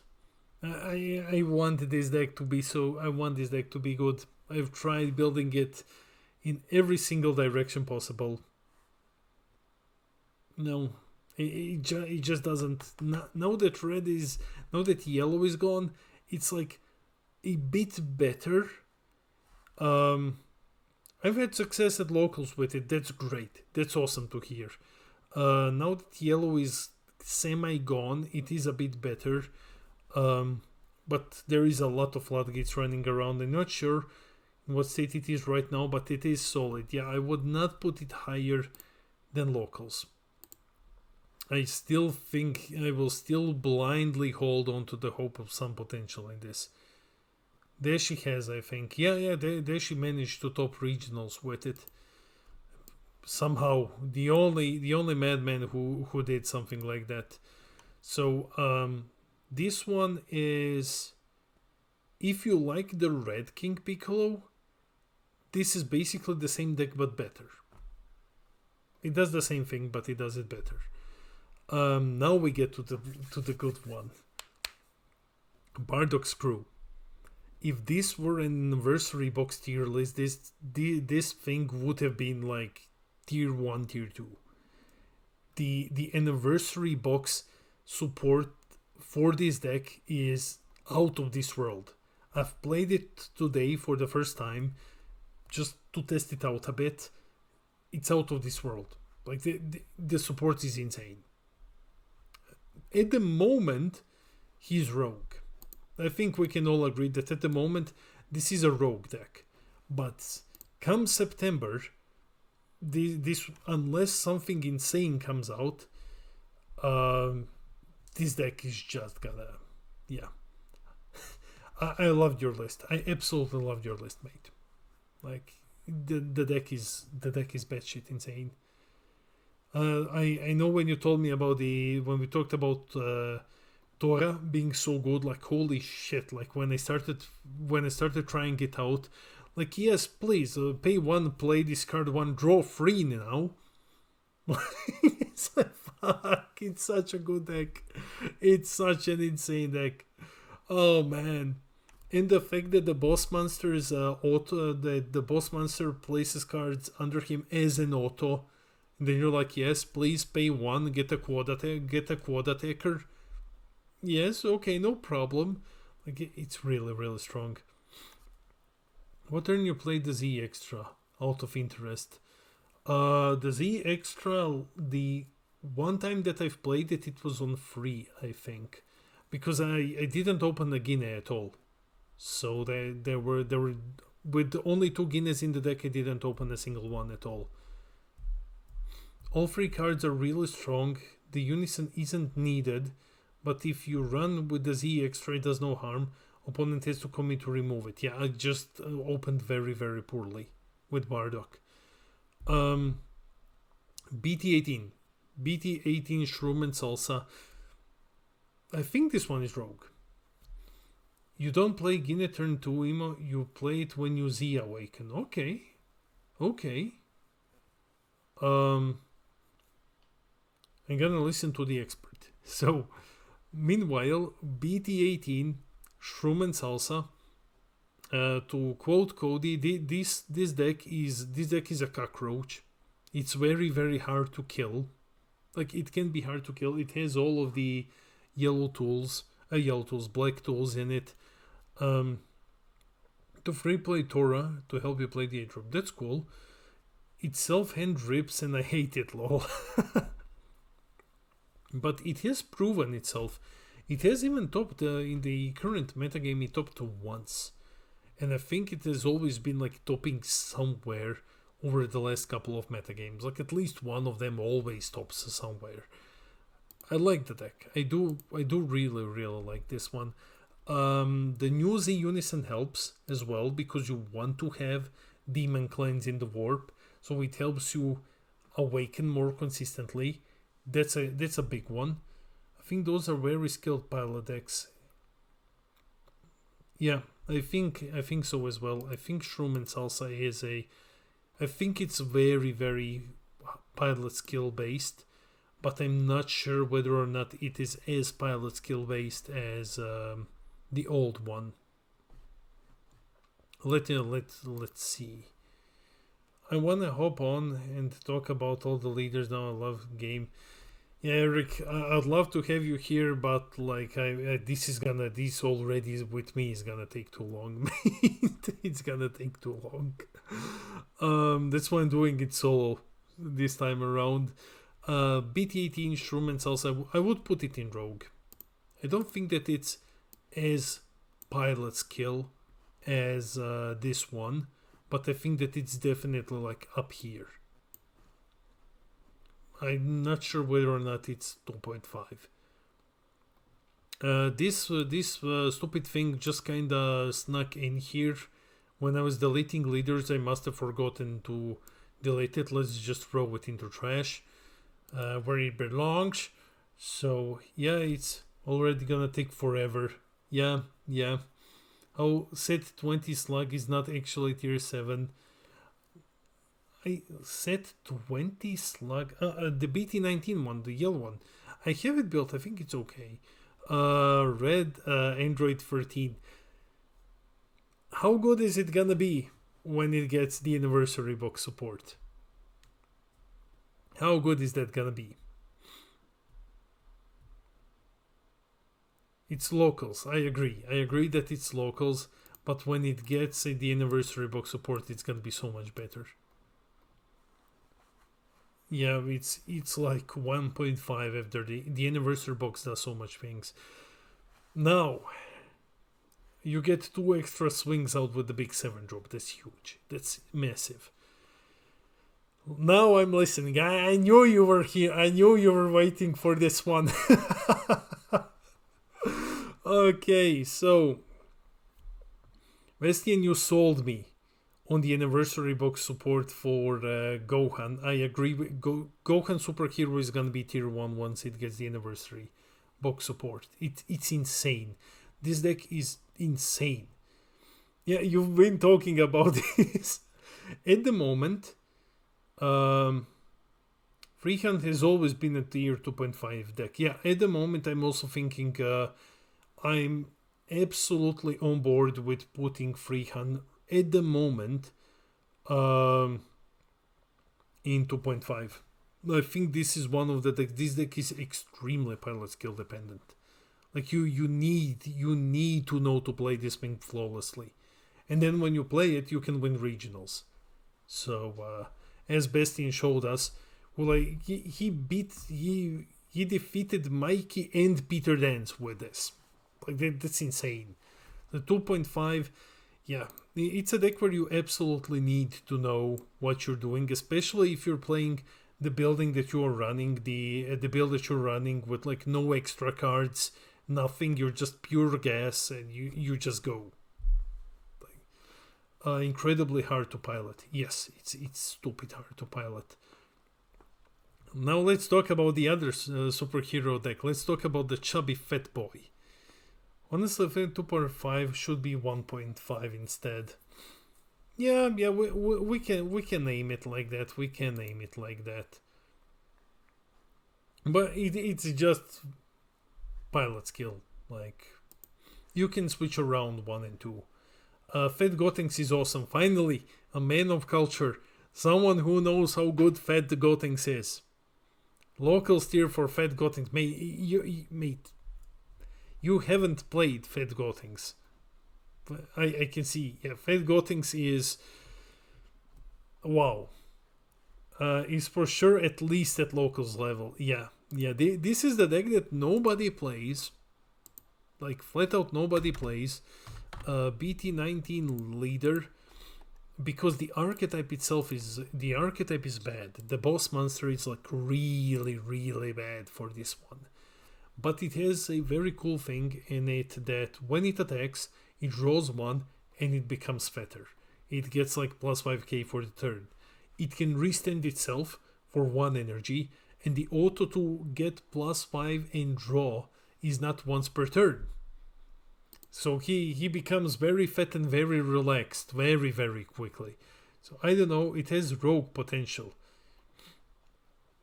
Big back tanks, fat Gotenks is for sure. Like, look at this deck constantly, but never do anything with it. It's very good, mate. It's very good. Like Alex, contact Cody for a list. Like he talked to me a lot about Gotenks, and we actually cast together when the deck was doing very well at Latham. You can swing with leader 3 times per turn if you play Beast Gohan, and he just gets like plus 5, plus 5, plus 5. If you haven't killed your opponent by then, you just go Bardock, Spirit Boost restand plus 5, swing again, Bardock Spirit Boost restand plus 5, swing again. Like, the deck is insane. In today's meta, that's a lot, yes. As soon as you get to Witch King Piccolo, it needs to be in Towa Token tier. Yeah. I'm going to put the Chubby Man. I'm gonna put the Chubby Man into tier 3. Like, for all Chubby Man fans, I'm gonna put him here. Please experiment more with this deck, it's awesome. I'll do a video on it. Hopefully it gets people to experiment more with it. You know what's not awesome? You know what's not awesome though? The Gogeta, right? So this is a deck. I mean, like I said, I have most of these built and I've tried them out. And Gogeta is the one that I don't like it. I'm a massive SSB Gogeta fan. Like, Gogeta is my favorite fusion.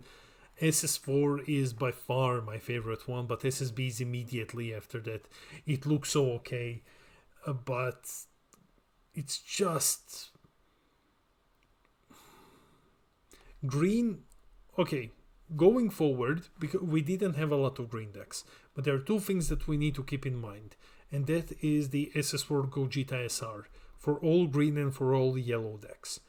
So even taking that into consideration, the deck is just kind of, I don't know, man. Like, it's not good. It's not a good deck. Can you play it at locals? Yeah, sure. You can play it at locals.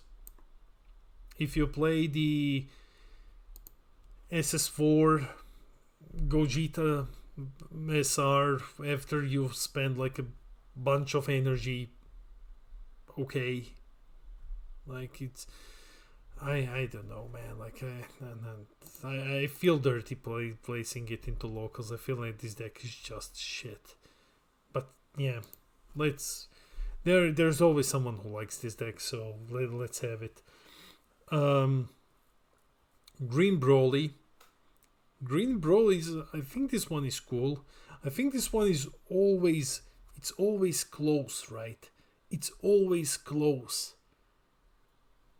But when it gets support, but like, it doesn't get the support that it needs. I think the support that this deck needs is the ability to just say like, hey, you can play extra cards from under it. That's it. Like, you can play any extra card from under it. The deck would be insane. But now it's just kind of, I think it's Pilot Skill, but it's like 1 card away. Yeah, it's 1 card away. 1 second. My camera angle is just kind of fucking me up a bit. The deck is just shit. Nah, the deck is locals at least, man. Like, if this Gogeta, the deck is still infinitely better than the shitty Gogeta one.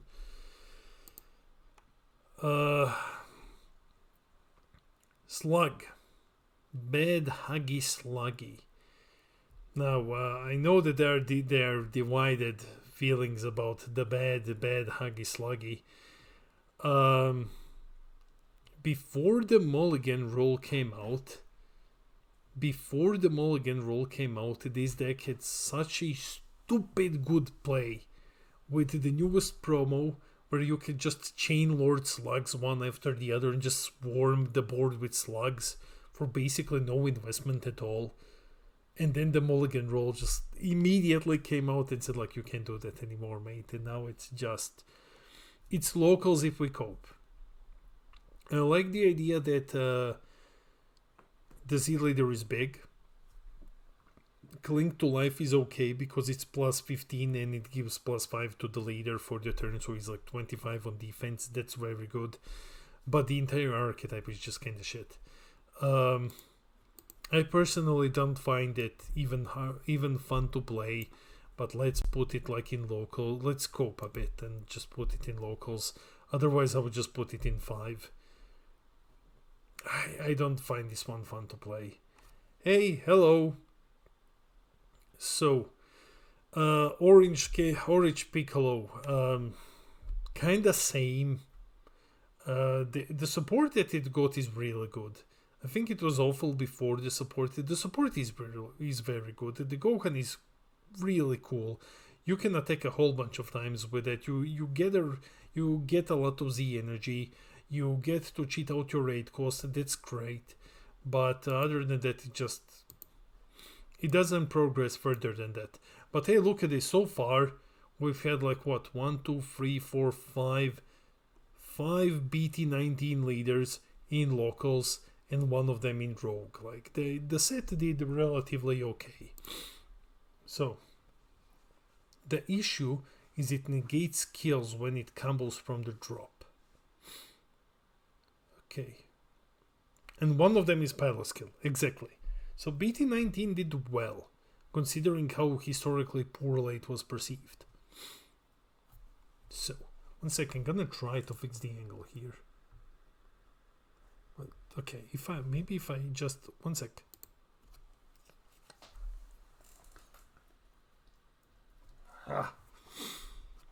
Where the fuck did one sec?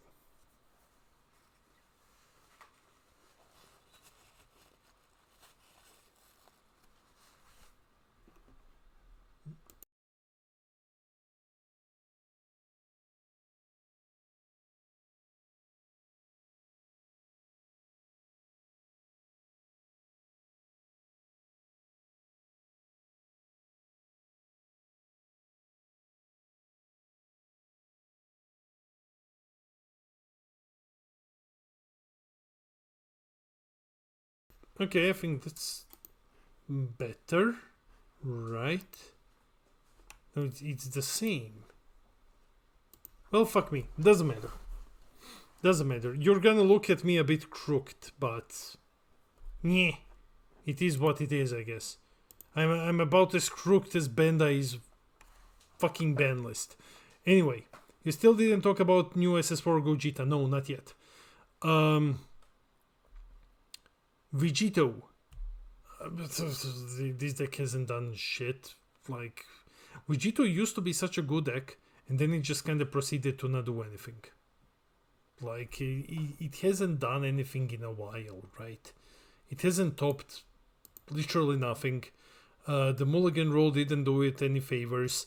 The newest Vegito support is just kind of meh. Where are the Android 16 leaders? They're here somewhere.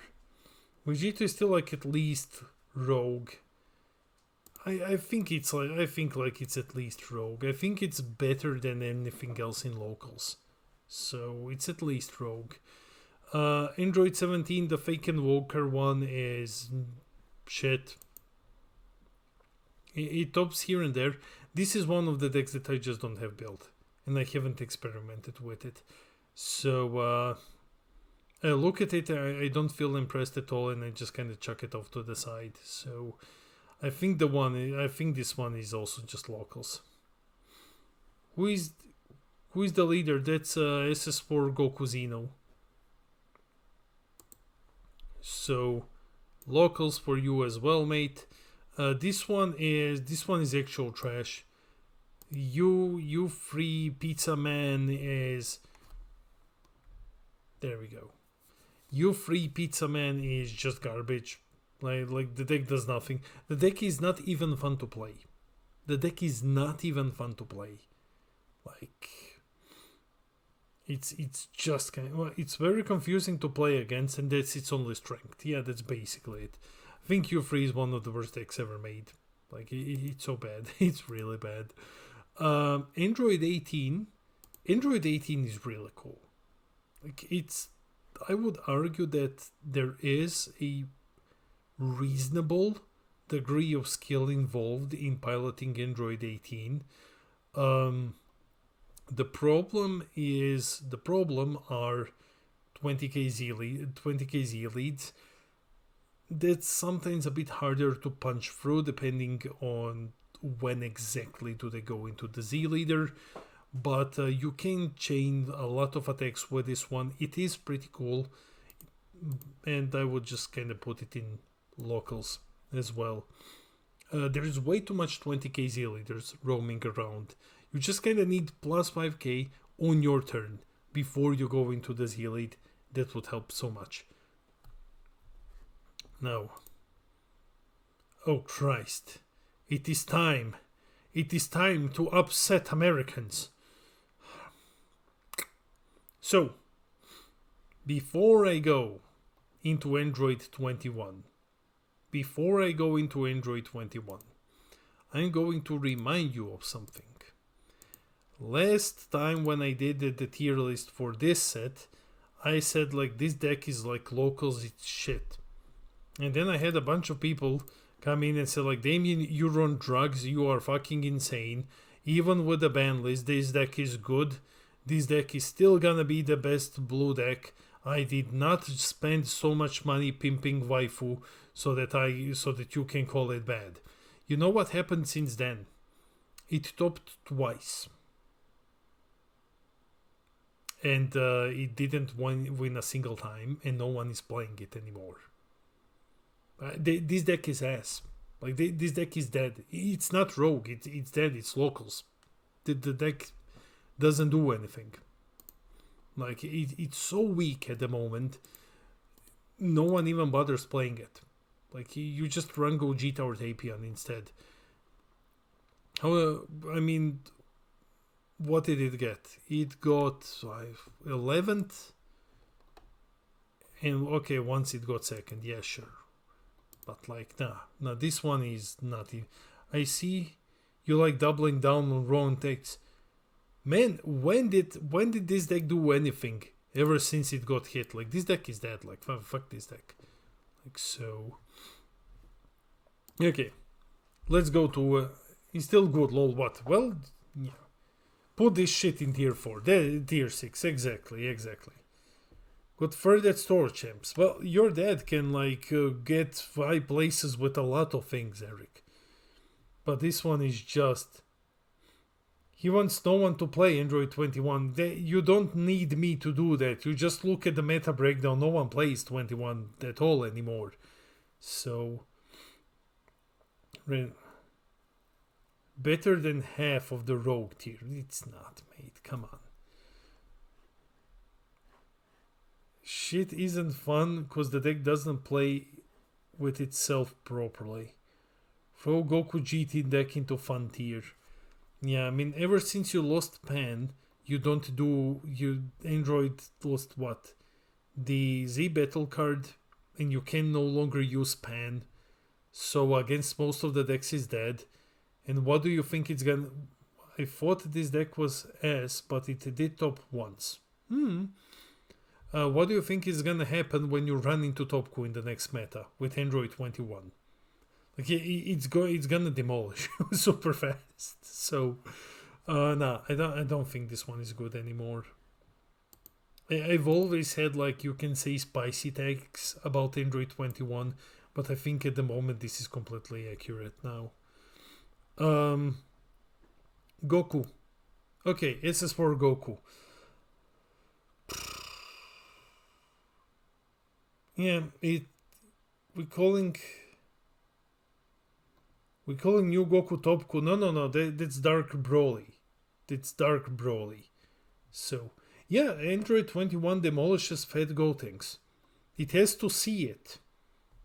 Those are the two decks that no one runs. So, yeah. So, Goku GT is it's among the best green Saiyan tutor leader, because on the front side it's very good, right? On the front side, Green Goku GT is good. The tutor effect is great. Once you awaken, you kind of lose it, and you start wishing that you had it. But yeah, Kid Could just beats everything. That is true. You kind of wish you still had the tutor when you awaken. Then you speed run into the Z leader, and I think the Z leader is it's one of the better Z leaders in the game, I would say. But the problem is that the entire deck is just bad. The deck did get new support though.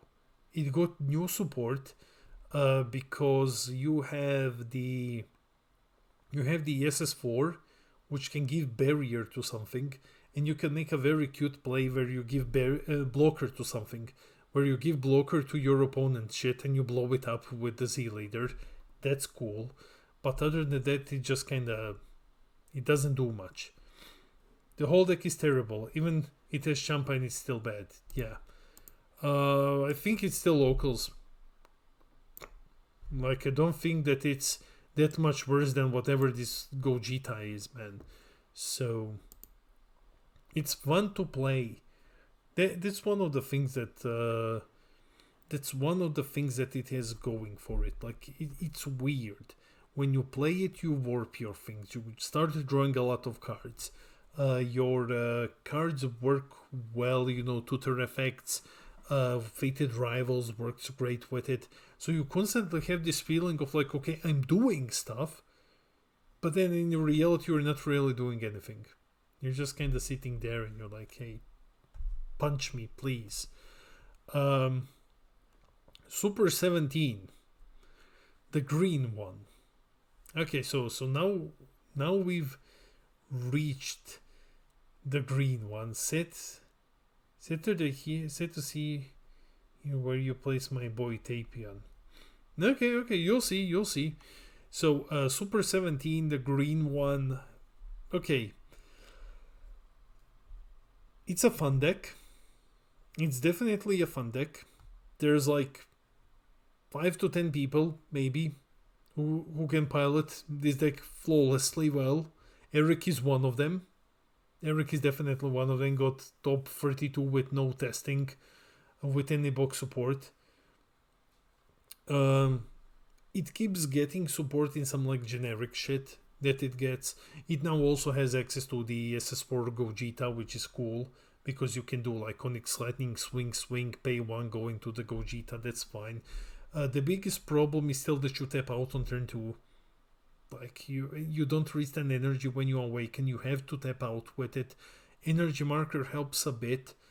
If this were any other meta than BT25, I would say like, well, at least you don't die on turn 2. Well, you kind of will. So I think that the deck is, if piloted, so I think it's like this. It's definitely not worse than locals. If piloted flawlessly, it's tier 3. If piloted flawlessly. And one of the strongest points that the deck has is that your opponent doesn't know how to play around it. Like, how many people know what Android 17 actually does? And what are his triggers? And how can it mess you up if you don't sequence your own plays properly? Like, that's one of the highlights, right? If you play this thing on webcam, it's gonna be a horrible experience for everyone, but you will probably win on time. So, yeah, you won't, because a lot of people just didn't know what the cards do, man. Like, they play into your Z leaders perfectly, and you're like, yes, thank you. Tapped out, then they have free 2 negates afterwards. Okay. Spirit Bomb did get support. I don't think that it is enough. I don't think that the Spirit Bomb support is remotely enough. I think that the loss of counter cooler still hurts the deck. Overall, it's, well, it's a good yellow Saiyan good stuff deck, right? Which got like some cute support. The biggest issue that Spirit Bomb has is now the biggest issue that it has is actually killing the opponent. Like that's the big one, because they're always gonna negate your leader swing. They're always gonna do that. Then Gonjita and Towa tier gotta play now with one of my upcoming regionals to dunk on people. If it's a prize card, it doesn't suck that bad. Yeah, dual limited to 1 hurts it a lot, but I think Spirit Bomb is like rogue. I think we can make an argument that it's rogue. So, yeah.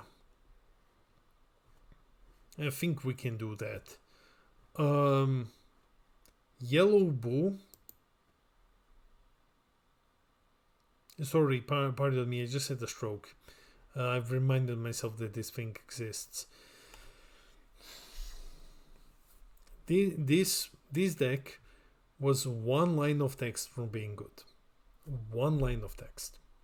And that was just from KO to removed from the battle area. It was this close to be phenomenal.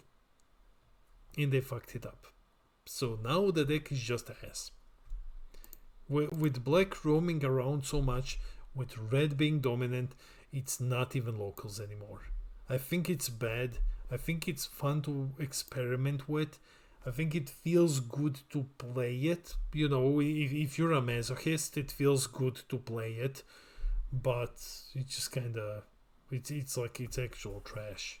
Yeah, actually, I think you're right. It loses to way too many things. It's just fucking trash. Cumber, in general, good. Just wish you could play the chain. Bobby D is definitely better. Cumber. Okay, so once more we have to talk about the anniversary box, right? Once more we have to mention the anniversary box. Yes, Cumber with anniversary box is tier 1. It's definitely tier 1. Tier 1.5, tier 1. Before anniversary box, though, we still don't live in that era. As much as we want to live in that era, we don't. So, Bt25, I think that Cumber is phenomenal still. I don't think that it's phenomenal. I think that it's very, very good. It's definitely a very, very good, very strong leader. However, I think that it belongs firmly in 2.5 because this shit is so difficult to play properly. Like it's a deck that you really, really need to play properly. You need to know what you're removing. You need to keep track of servants so that you can play your cumbers in a proper order. Your hand can become, if you do everything well, your hand becomes colossal, and then you just run over your opponent. But if you just kind of sit there and misplay the deck punishes you. It's one of those that punishes you greatly for not playing it properly. So I think I would always put Cumber in 2.5. I would always put him here. I think this deck is amazing, but I think that it's hard as balls to play. Speaking of hard as balls, where there's a cock as well, so we're talking about Schlongku now. Schlongku is locals. Hey Damien, just hopping in. Hey Mikey, how's it going, mate? How come Android 21 is in locals? Why is Gokuzino tier 1? Because of the Demigra, mate. Because of the Demigra Z Unison. And that you can just immediately you can go into it super fast, and then the moment your opponent says I'm gonna play something, you slap him with the free counterplay, you become 20k, and you just laugh at them, and they're like, guess I'll do a leader swing now, and you're like, yeah, okay, I guess you will. So Yeah, the Mingras even said, how come Android 21 is in locals? Well, it will stop being in locals when it starts stopping more. But like this deck hasn't done anything in a while, and now I don't think it's gonna do much. Okay, Garlic, locals as well. It's not a bad deck. I think it's kind of Sin-like, but it feels like Bandai wanted to make a balanced red Sin, and then it was just kind of shit because they went way too safe with Garlic. It has cool effects, but it needs Indestructible to turn on most of them, and then you're just gonna... Sure, fine. Oob. My biggest victory with Oob is getting Peter Dance to admit that Oob is a good deck. That's my biggest victory with Oob. Because I came very close to beating him. So, I love Oob. And I only play Archetype Oob. I don't play the mill version. I think mill version is at least... I think mill version can be Rogue. Because mill on itself... Can we skip Oob to the new Majin Buu leader? No. I think I'm just gonna put Oob in locals. That's basically where I'm going. I think the deck is great. I think the deck is super fun to play. It's more difficult to play than you would think before you start piloting it, because you need to sequence your opponent's Z energy charge. It's a... Hey, sadly I'm still working for an hour. Have the stream on mute. However, you best be kind to Invoker. Okay, Pete, I'll be kind to Invoker. So, Oob is like one fucking card away from being so good. It just needs one card to say, hey, opponent can spend Z energy that they charged right now. It just needs that. And the deck is gonna be amazing. But right now, I mean... I've played it against yellow, and Peter was just like, oh, thank you for Z energy, and yeah. Anyway, Baby, Blue Baby. I think this one is still good. I think Blue Baby is still good. It is arguably the best unison removal in the game. Arguably the best one. Sadly, it doesn't work with Vegito. It draws a lot. Mulligan rolls didn't hurt it that much. But it never did anything. It never did anything. You're spelling realistic in a weird manner, lol. So, fight me, this is one of the best decks that zero people play. I agree with you. I absolutely agree with you, Alexander. I think this is one of the best decks that people just don't play. People just don't play Blue Baby. The deck is great. The deck is really great. Baby is locals, nice. But what's the chat saying? Blue Baby is kind of the deck that relies on opponent to panic. I hope you will get... there's so many decks that people just don't play that are just straight up good. Yeah. And I'm gonna put Baby here, right? So look, if Fat Gotenks is in Rogue, Baby is as well.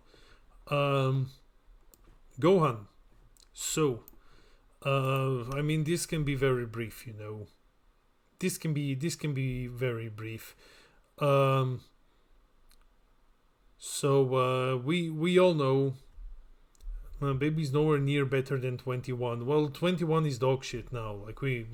Yeah. It's better than 21 because no one plays it. Hey. So anyway, Green Gohan. We all know that this is one of the best green decks in the game. So let's just. It's either one or two.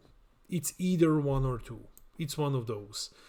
I think it can sit into at the moment, and we can just. I think one would be Goku and Cell, and then Gohan would be like 2, because I don't want to overcrowd 1 too much. But maybe we move it to 1 as well. It's like the deck is really good. It does one thing well. It does one thing well, and that is that it can pressure Topku early enough to actually kill it. We saw that last time at locals. It can pressure Kitku fast enough to kill it, which is great. But I mean, it's not bad. It's just a matter of is it better than Goku or Cell, and I don't think that it is. So not this Cell. This one is straight up fucking garbage. It's bad, but it's fun to experiment with, and that's it. Like you can do some cool things, shenanigans with Cell. You can do what with it? You can play green yellow. That's cool. You can play green blue and then just have like 12 lives. That's fun, I guess. But I mean, like you have to be stupid good with this deck. To win locals, you have to be stupid good with it. You can play Spy Robot.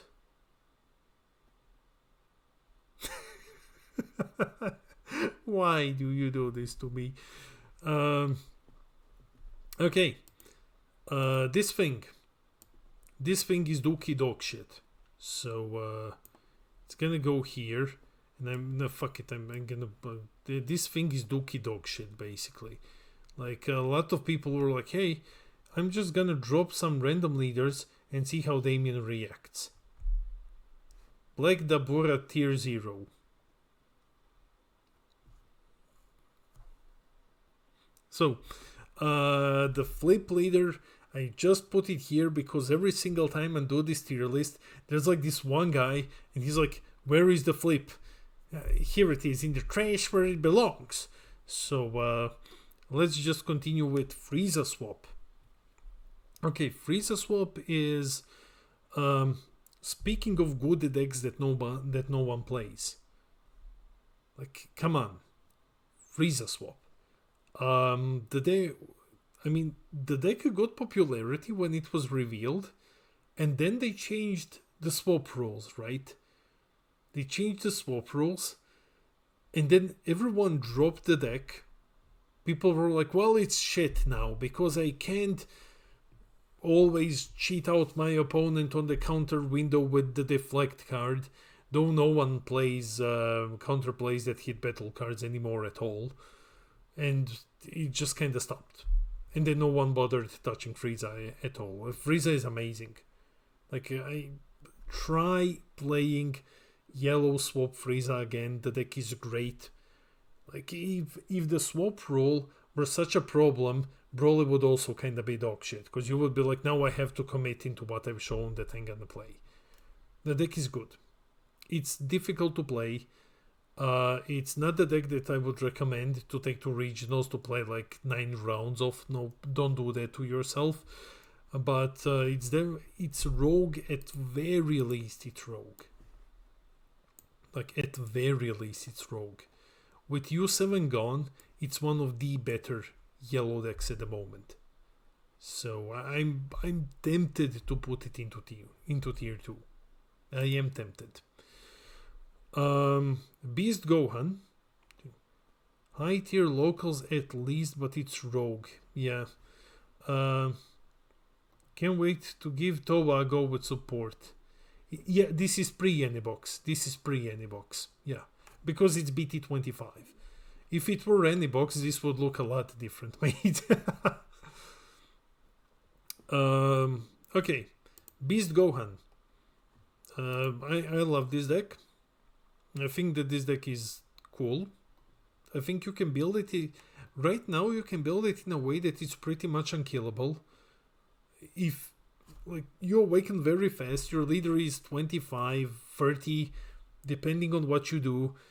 But then the problem is that you run into a barrier card, and you're just like, oh cool, look, there's SS4 Vegito about to beat my ass now. This has been fixed. With the newest Kid QSR, which removes a card with barrier. This has been fixed. Since the stream is muted while I work, I just pretend that he's just spreading the good word of Invoker. Yes, Yes. So I'm gonna put this thing into locals and I'm gonna try it again. So this deck is not dog shit. Just please don't try to force the archetype to awaken with it. Just go down to 4. Just go down to 4. For the love of God. Like, just do that. So, Peter knows. Oh, look, Sin, Cold, Hearted Challenge. Yeah, I guess I lose. Pretty much, yeah. Hedo tier 5. Nah, man, like, why are... F Nugget, why are you being so mean to Hedo now? Dr. Hedo is fun, but it has no way of dealing with floodgates. Doesn't the new Goku require that you have a skillless? Yeah, so you just... you don't go hard into the archetype, and you just slap, like, 3 skillless cards in it or something, just to get it on. And that's it. Warp free, please, kind sir. Okay. Hedo is a locals. Yeah, Hedo is locals. But yeah, this deck is definitely locals. It did perform very well last year. Last year it did top a couple of times. I need to check in statistics how often, but it did top a couple of regionals. Because yeah, it was one of those decks where if you don't open a floodgate, you just lose. Today we have way too many floodgates in tier 1 decks, so Hedo just kind of folds. One of the reasons a lot of people didn't play it was Robotic Reposed, which just proceeded to not see any play. Should have done with... I know, Pete, I know, but it's not official yet, Nani. We can't mislead people with Bt25 meta, man. Like, we can't do that, unfortunately. I would love for it to be legal. But you know which event is gonna be Anniversary Box legal? Zenkai Showdown 4. The first Anniversary Box legal event in the world. That's gonna be fucking awesome. Gogeta is the best blue deck in the game, no question, tier 1. Gogeta X deck is tier 1. Mikey knows, Towa is tier 0. Anniversary Box Towa Chaos Bringer is one of the craziest decks in the game. Anniversary Box 1 is fucking insane. The deck's an absolute monster.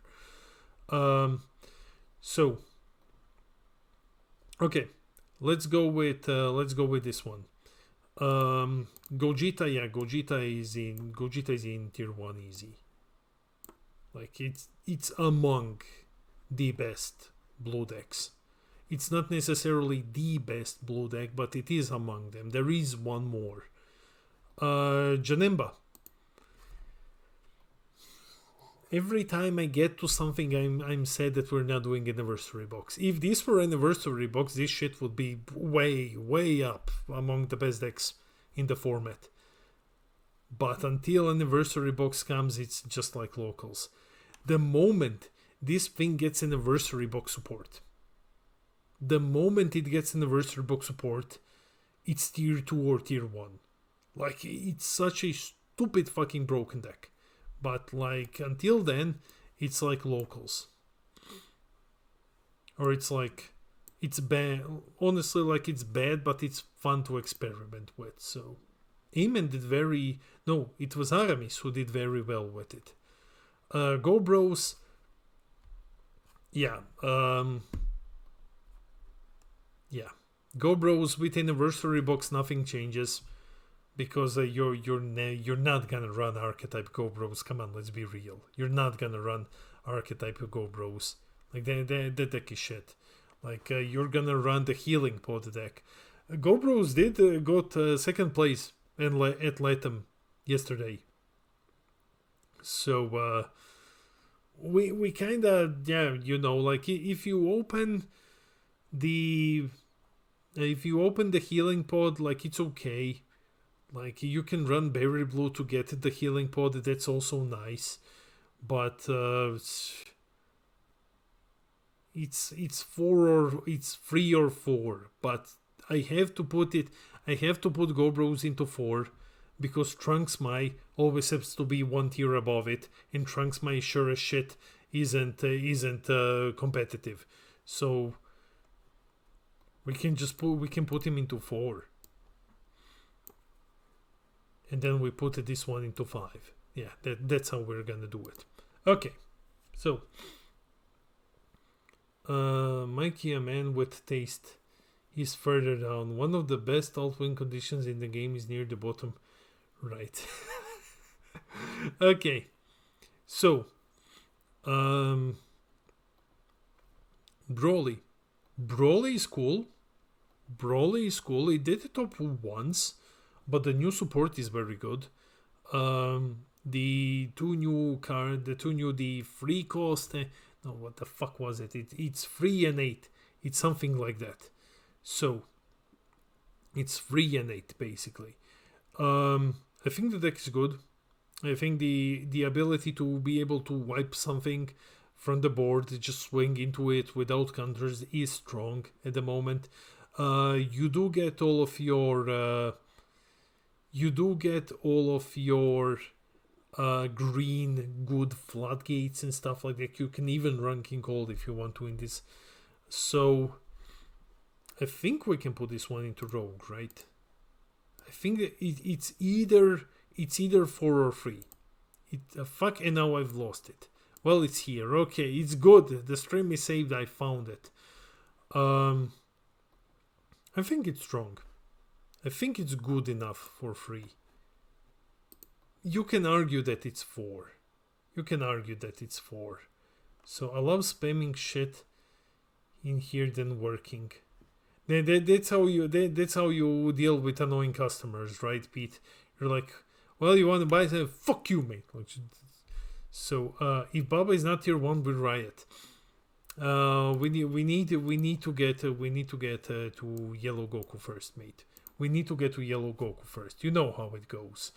So Yellow Kid Koi, I think the deck is okay. I think that I'm just shit with it, because every time I play this deck, I break horribly. And I love Ball is live Goku. Yeah, I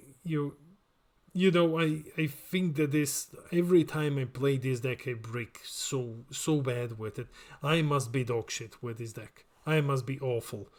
But it just isn't that great. Your brick as well. Yeah, I think we can put it in.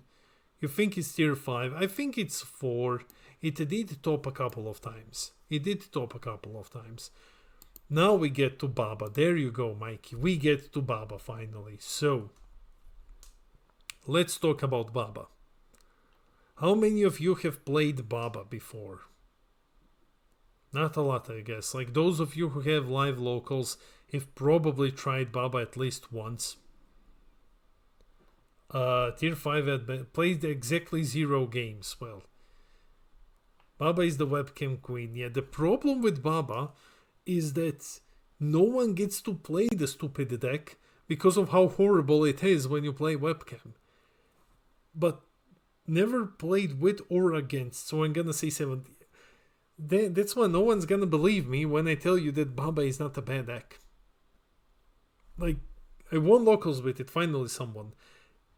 Baba is not a bad deck, and the new support in Spike is amazing. Before the new support, Baba was like, okay. Baba is like a mini spirit bomb.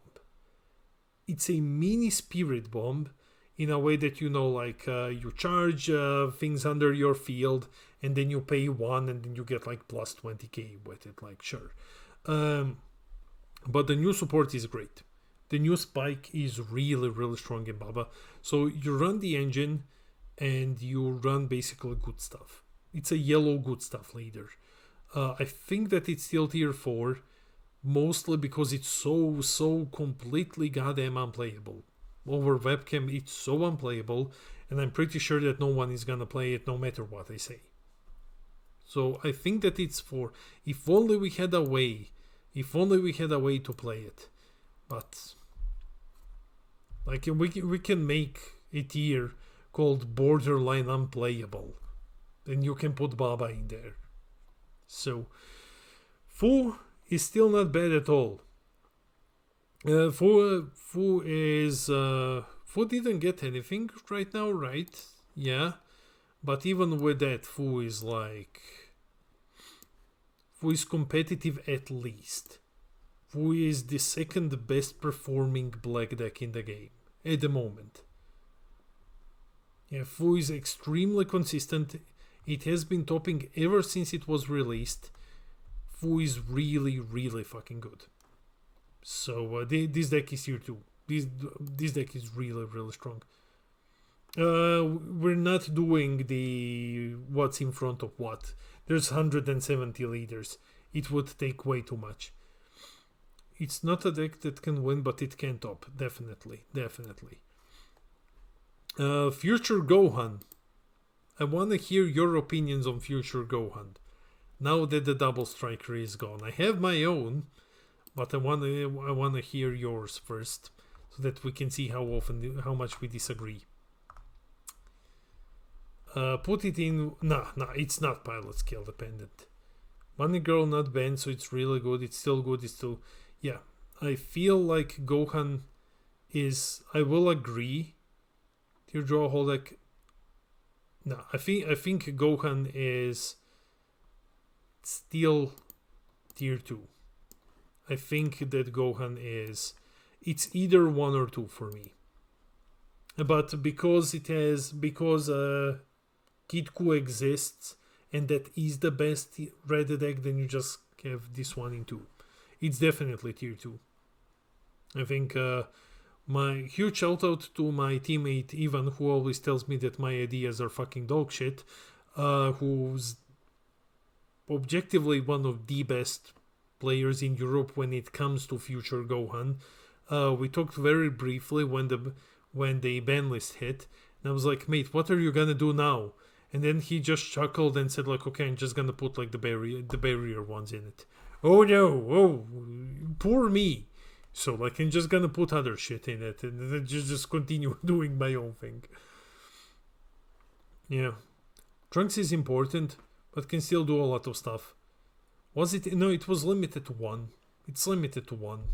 So it's like, okay, oh no, I'm just gonna put like the other 3 guys in there and it's gonna be fine. So it didn't hit the deck at all. Let's continue. Red androids. I fucking love red androids. I love red androids. It was a dog shit hit. Completely. Red droids did actually top. The deck did top. Let me see how often. Blah blah blah. Where the fuck is? Oh my god! Now I'm feeling stupid. Where is it? No. Ah, yes, here it is. Okay, so it topped once, right, in the previous meta. But it's not one of the decks that people play often. And I feel like with no yellow, at least yellow not as present, I think this one is gonna do well. I think it's at least tier 3. Think of it like Hedo, but better. Yeah, exactly. I was just about to say that. Think of it like Hedo, but better. Michael Friend got 3rd place with it with no testing.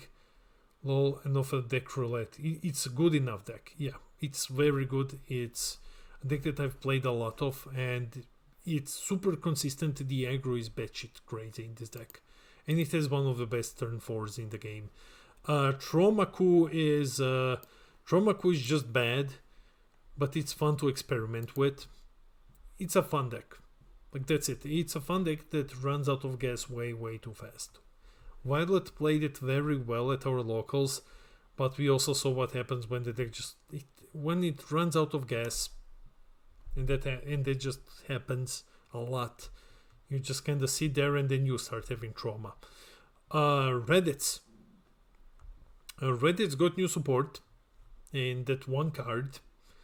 And what I'm about to say about this deck is, well, I've thought about Reddit's a lot. I did build it a couple of days ago, actually, just to try it out with the new support. This deck is dog shit. Like, this deck is so fucking bad. Reddit's is so goddamn atrociously bad. Because of one very key thing. And 1 second, just so that I'm 100% positive. when I tell you this. Yes. Reddit is dog shit because of one very important thing. The game has evolved to a point where 20Ks, 16 plus K cards are so often that you can't even get your scouter to trigger. You can get scouter to look at opponent's hand, but the moment you pass the very early game, it doesn't trigger anymore because fucking everything is now 20K. And the scouter works only on 15 or less. So your best thing is just kind of, yeah, Spaghetti Fighters. No, it's not that bad. Like it's like locals, but it's fun to experiment with. So Reddit is just trash. Like it's actual dog shit. The scouter doesn't work like 90% of the time. This weird one, the weird. Wish me luck, everyone. I'm gonna play a gacha game and going to summon. Okay, see ya, mate. Zamasu is tier 5. Instant tier 7. Is it actual trash or is it like? No, I'm honestly asking you. I have no idea. I haven't played this deck at all. Yeah, it's bad. Yeah, there is no way that a deck can ever be consistent or anything higher than complete dog shit. Yeah. I think I would put it in trash. In the trash where it belongs. Here we go. There we go. Like, fuck this deck, I guess. No, I think we can put it in 5. We can put it in 5. Like, maybe someone can have fun playing this, right? So, UI is now a sack deck.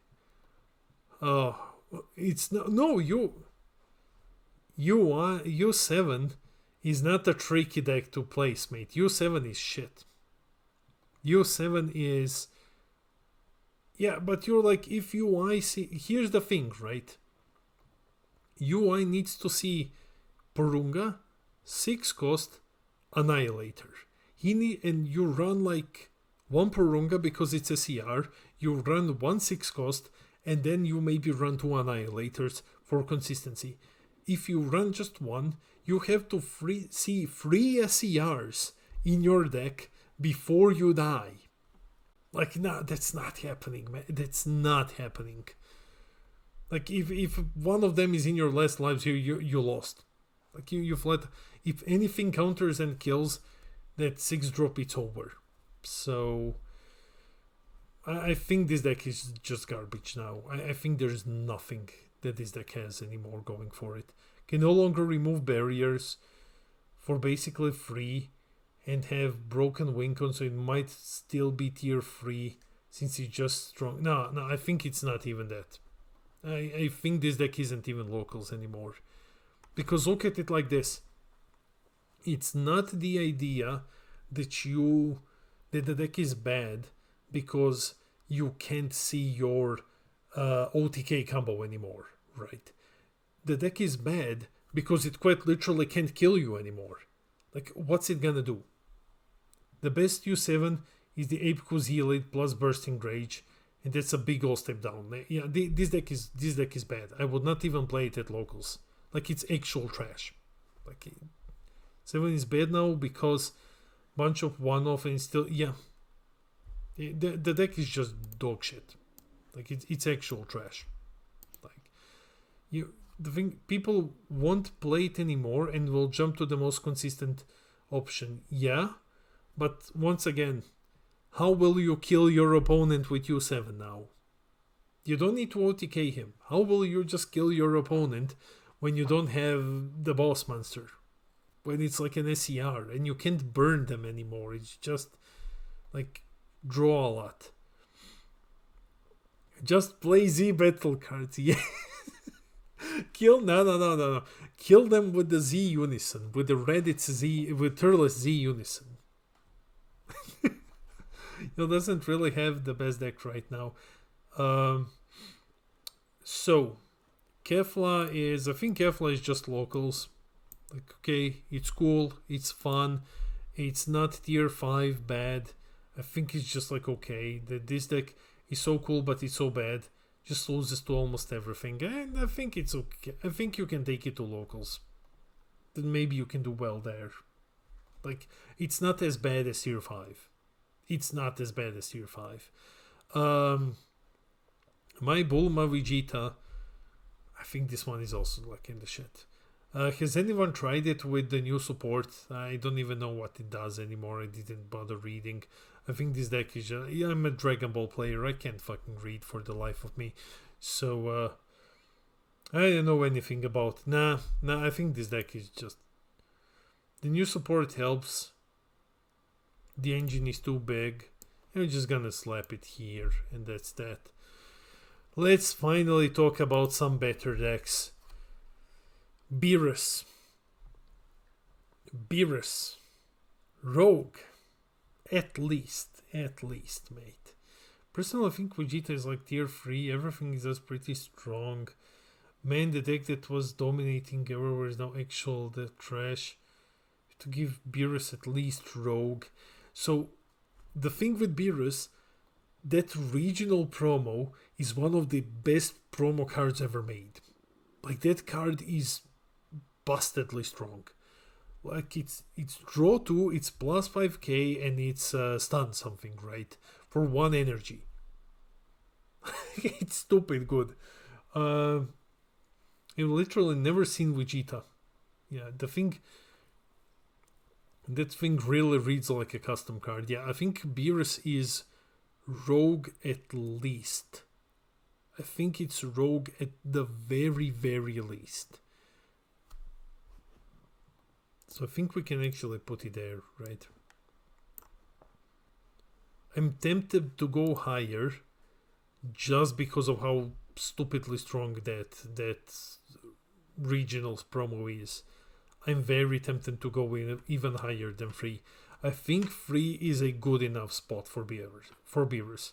When you look at what's above it, it can play it has a very cool thing. It can play Almighty Resistance and the SSB Vegito, the SSB Kaioken Vegito SER, because Whis has enough counters so that Kaioken is basically free, and then you just Almighty them and win the game with it. That's a cool way to win. I think it's free at least. Like, the big ones are still the big ones, right? I think it still suffers from the same problem that every multicolor deck has, and its defense can be, even with Nimbus and Explosive, defense can be a bit tricky, right? Tapion. Tapion is, well, we don't need to discuss this. And Tapion is tier 1. Tapion is the best blue deck. Arguably better than Gogeta. Depends. Heavily depends on the meta. But Tapion is tier 1. I don't think that anyone here is honestly gonna argue that Tapion isn't tier 1. This deck is insane. Like, this deck is very, very good. I just wish it was more than dig for your dig for your SCR the deck. I just wish it was a bit more than that. But it's tier 1. Hirudegarn isn't. Hirudegarn is just fucking bad. But it's fun to play. So I'm gonna put him in 5. Namegoku is tier 1. He's better than Gohan. So yeah. Namegoku is the best green deck in the game. Yeah, I'm not sure that it's the best, but I think that it's definitely tier 1. Plus now it can run the new Gogeta, which we need to consider every single time we talk about a green deck. It can run the SS4 Gogeta. It will run the SS4 Gogeta. This deck is gonna be fucking insane. Like, it's already really, really broken. Successor Frieza. Let me see. I swear to God that I saw it somewhere. PPG. Yeah, PPG Offline Regionals. Successor Frieza managed to top 101 players. I'm thinking Rogue, though. Playing against green will be painful. Hit Frieza on my life, I will always disrespect it. Tier 2.5 Frieza is a pilot skill deck. Tier 3 for Frieza took it to a good level, that is true. So yeah, I think Frieza is at 3 at least, right? 2.5 needs to be, you know, pilot skill where you need to play flawlessly or you instantly fucking lose. That's not Frieza. But Frieza is very, very strong, I would say. So I think it's still tier 3. It did prove itself recently. It only needs one stupid thing. It needs a checkland that's not a boss monster. It just needs a multicolored land energy that says, if this is your leader, ignore energy exhaust, problem solved. That's what it needs. Yellow Gohan is shit. Yellow Gohan is like... Yellow Gohan, I'm tempted to... Sure, Yellow Gohan is top. No. Is it? Is Yellow Gohan Towa Token? Flip, blue is in the trash.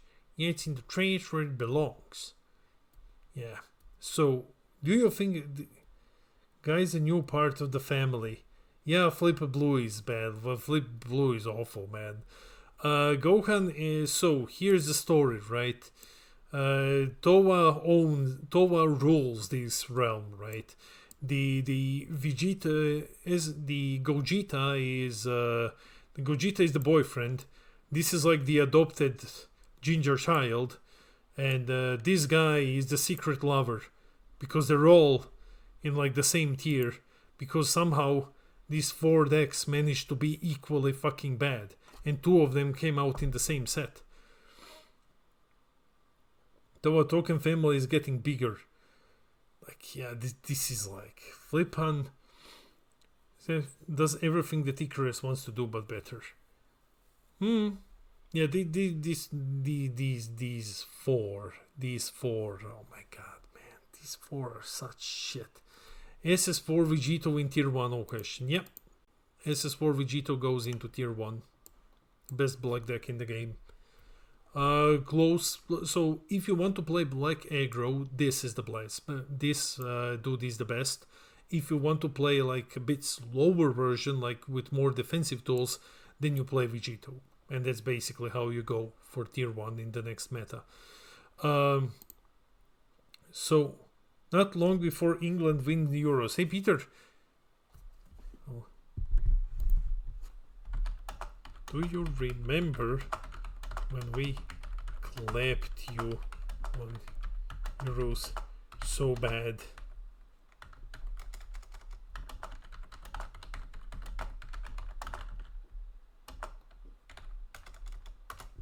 Because he can't hear me, so I need to type. So let's go with the story again, right? This is so Towa.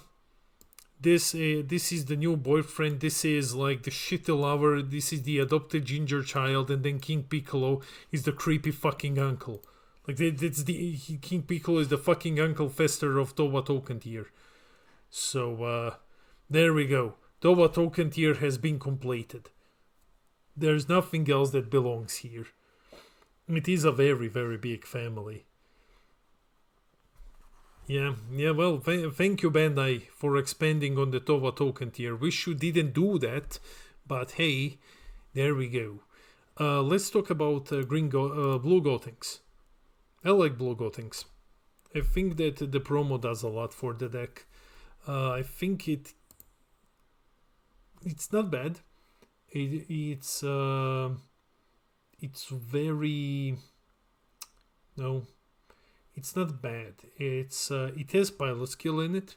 It's not completely pilot skill dependent, but you need to know which Z extras and how you're playing them and what you're hitting with them.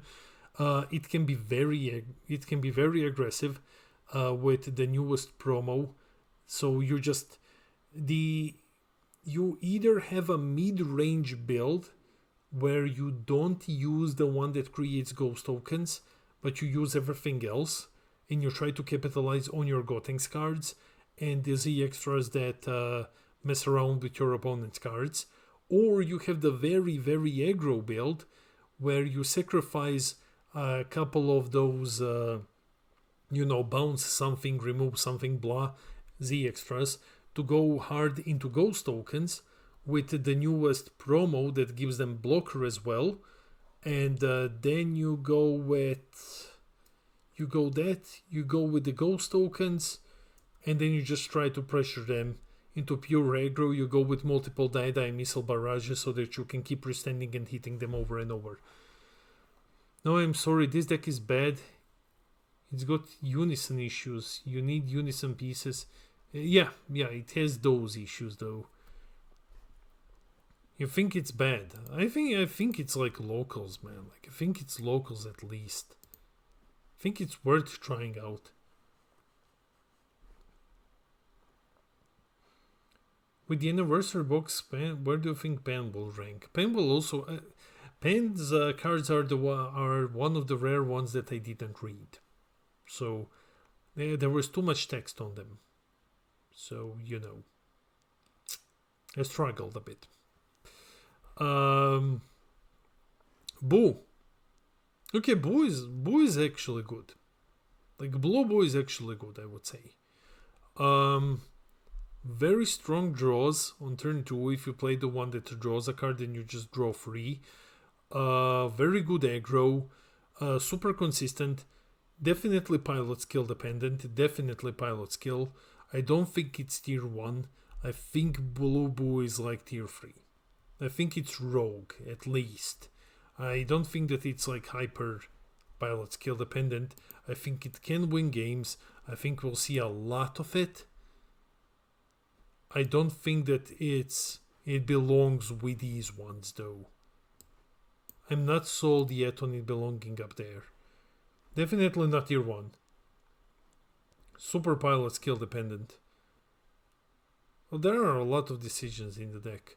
I don't agree that you run all of the Z leaders. I think those are like really, really shit.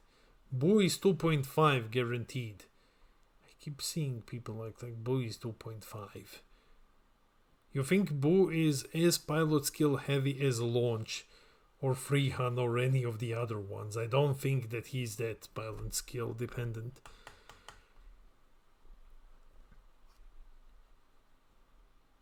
So I'm waiting to see what do you guys have anything. I would say it's more pilot skill dependent than Freehan. You'd be surprised as how good Boo is. It's definitely surprised me. Well, if we put it here then, like, fine. Okay, well, I'll trust you on this one. I will trust you, chat, on this one. If you make me look bad now, I'm going to make a bad chat emoji. Boo with the SCR. I'm not sold on the SCR. I'm not sold. I think I'm always on the opinion that the SCR is amazing, but that you would rather just play Beast Gohan and win the game. So, but I haven't tested yet. So with that SCR, I just go Beast Gohan with it. Trunks. Okay, here's how we're gonna do it. I can confirm, in case that you didn't catch this last stream, I can confirm that the Trunks Awakening is a typo, and like Eric said, Fesh said that it will be ruled in a way that it works normally. So Trunks works exactly as it should work. So Fesh said so, and funny thing, the argument that was brought to make it happen is that the French version of Trunks has the correct text on it. So, yeah. So where do we go with Trunks? I think Trunks is insane. I think Trunks has tier 1 potential, but it's likely to. The deck is amazing. The deck is so awesome. I agree. I absolutely agree. I think Trunks is like tier 2. Like, the deck is so fucking good. It's so fucking good. It's probably pilot dependent, yeah, definitely. I don't think that it's that pilot dependent, but I think that it's definitely good. It's not super punishing, but if you know some spice to go with it, like, it's a very, very good deck. I was surprised when people were like, hey, when people were trying to find out what's the spice, and they were like, well, the spice is you can play what's it, decisions made on turn 2. Oh, you can only play decisions made on turn, like it's a bad fucking thing, mate. You can play decisions made on turn 2. In no reality is that bad. Like, that's like, it's not the spice, but like, that's a spice. Like, the charismatic villain for 1 energy on turn 2. Yes, please. Like, please give me that. Scramble is bad. Stop playing the bad. No, no. Bad, Alexander. No. Pay 4 to deal 2 damage is never bad. Pay 4 to deal 2 is not bad. No reality would you not pay 4 to deal 2. So, no. Scramble is great. Yar, there be Bojack now. Yar, it is time to bring the captain up. Hey, walk the plank, boys, as we go from shitty Towa Token tier deck, fuck that trash, all the way up to plunder some booty. And I would argue that Bojack is either 2 or 1. Shut the fuck up. Fuck you. Hey. So, I build this deck. Scramble is the play as well. I'm excited to play. I think Bojack is tier 1. Honestly, like, I'm not gonna fuck around. I think Bojack is tier 1. I think Bojack is fucking insane. I think this deck is so fucking good. Like, this deck, no deck that a draw that comes like, oh, it's my turn. Okay, I spend 1 energy, I draw 5 cards. No deck that can do that is bad. And then he's like, yeah, so I'm just gonna draw like everything under the sun. Define spend 1 to draw 5. Okay, so I've been hearing you yap about, well, motherfucker, go watch videos. So basically, let me just grab this shit. Where the fuck is it? How do you play? Where's Bojack? Ah, here's Bojack. Okay, cool. Give me 1 second. If I click this here, and I go. Sometimes when I operate the PC, I sound like an old man. Like, if I click this here, then I kind of. Okay, here it is, right? So,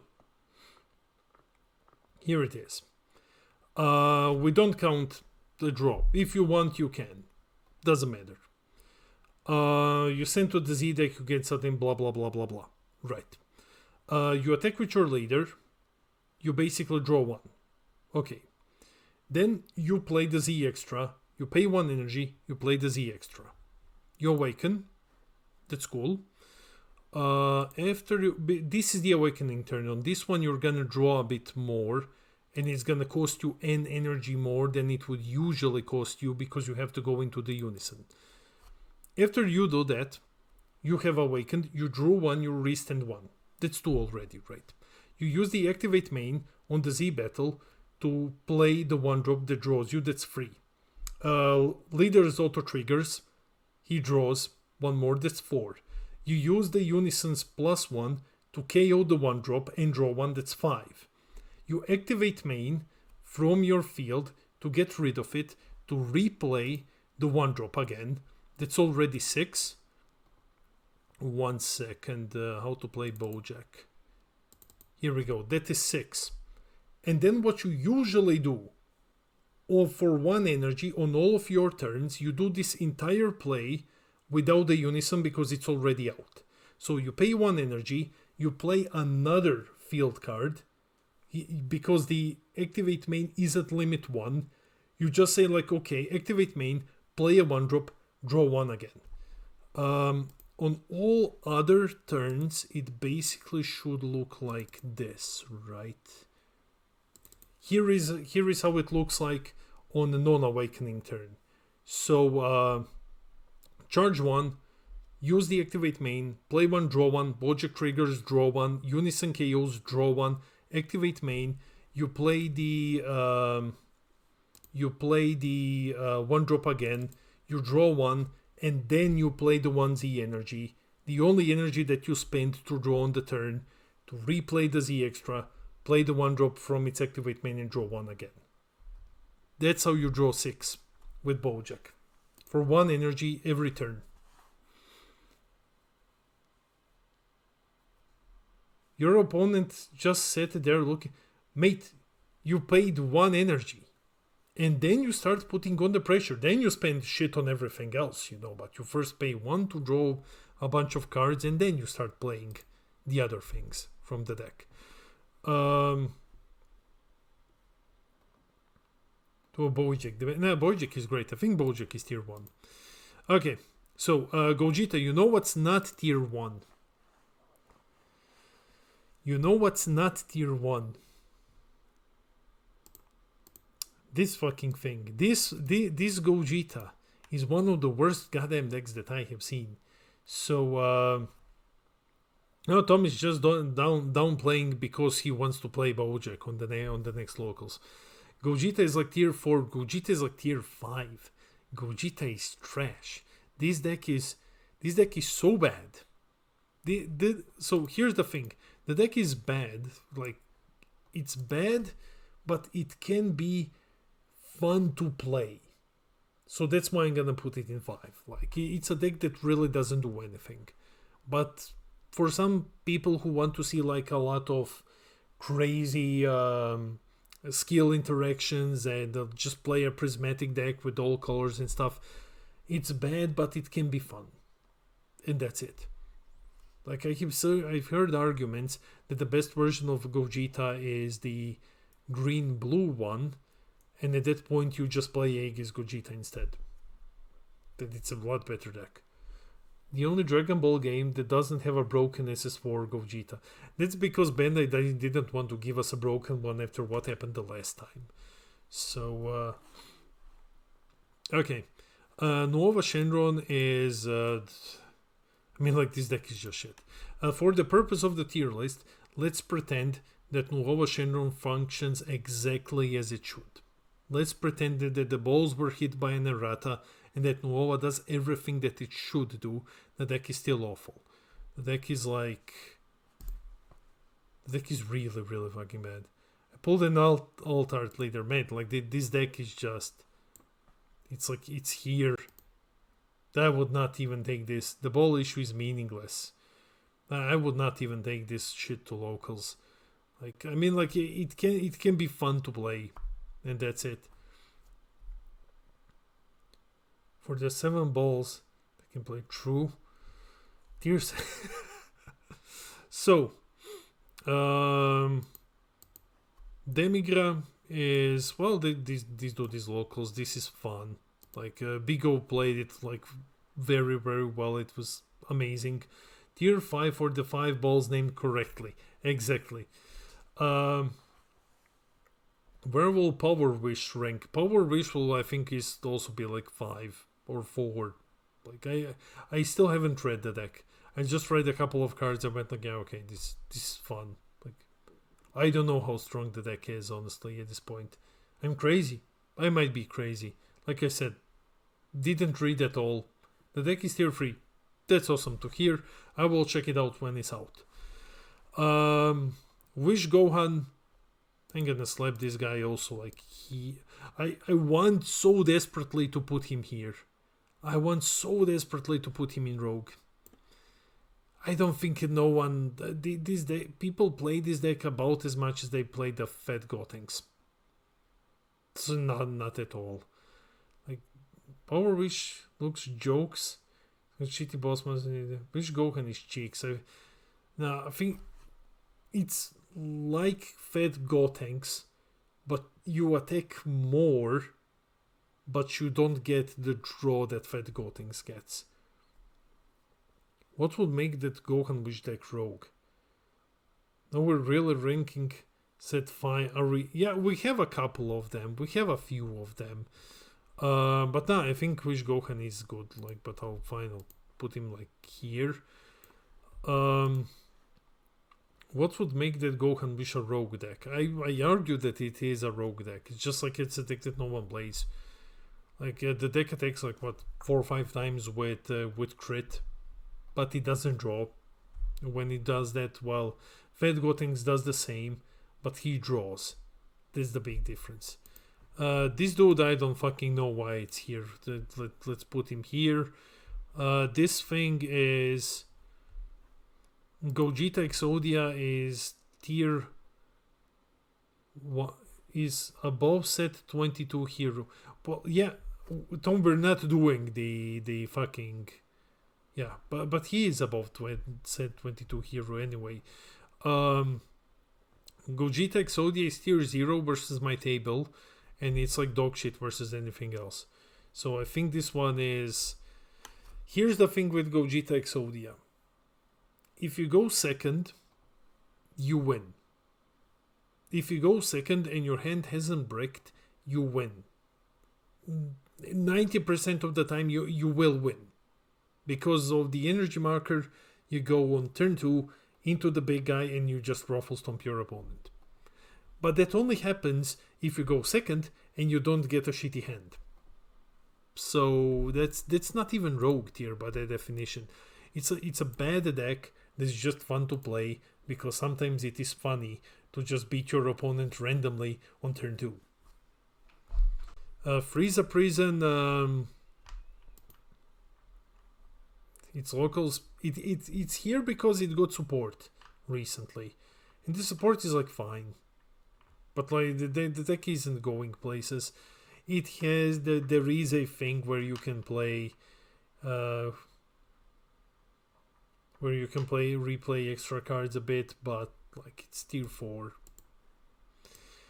This Goku is up there as well. The only thing about this Goku is this deck is a testimony to Bandai's design because it has the it has a card called Font of Power. I think that's what it's called. And for some reason, somehow, 20 sets later, this thing isn't broken. So that's a testament to design. Then the tier 3. Well, you mean this one? The blue wish going? I don't think so. I think this is just like locals. Boo is here because he got like some support, right? And like he's still just fun at locals. We slap it here. Black Kitku is just here to show you how far away it is from the newest one. I mean, like you can play him at locals as well. Bulma is definitely tier 2. Bulma has been proving herself a lot. Like this deck is really good. So it's been topping very consistently. It has the infinite combo loop. It just plays good stuff. It's a fun deck, so I think that it's getting good results. Tier 2. This weird Android 21 locals. I think we can all agree on that one. Peter Dance's weird Dr. Uiro deck. I think this deck is bad, but it's fun to play. Again, you can say that it's not fun when you take Dr. Uiro and you're like, hey, I've managed to beat someone with it. It's one of the decks where you can never be salty for playing it. Because it's just like dumb fun. But that's it. You can never be salty when you lose with this deck. Now we come to Eric's dad. So now we've reached Evo. Evo and Mr. M. Oh my god, like Hatch. Everyone hates Hatch, right? Everyone hates Hatch. People hate Hatch so much. I don't think Hatch is rogue. Yeah, I know everyone hates Hedge. But Hedge, I agree. I think Hedge is tier 2. I think Hedge is... Hedge is a very great... Hedge is a very, very fucking good deck. I'm gonna put Hedge into 2. I think Hedge is a very, very strong deck. So, but people just really, really hate playing against it. It's the fastest game. It's the fastest deck in the game, in a way that, you know, you just kind of, you play your turns very fast, and then your opponent is the one who plays until time, and then they're salty because Hedge beat them on time. Yeah.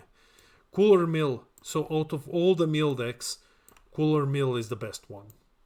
Cooler Mill is the best mill deck in the game out of all of them. So we can also slap this one into tier 2. This deck has proven itself so many times.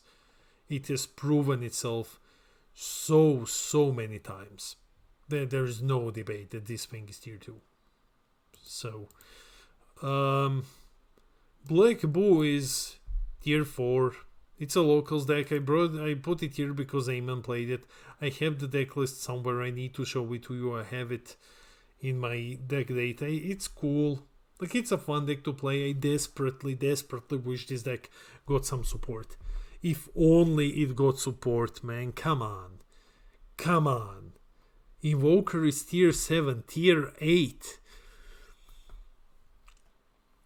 Save Invoker for the last. Peter Dance isn't looking, so here's the deal. If we just kind of slap, if I put Invoker like in the middle of some shit, he might not notice it. Right? Invoker joins the... he'll notice that. Like, where do we put Invoker so that Peter doesn't see it? Come on, chat. 6.5. Tier 5. Okay. We slap him in tier 5, and we do it like... Where the fuck do we put him?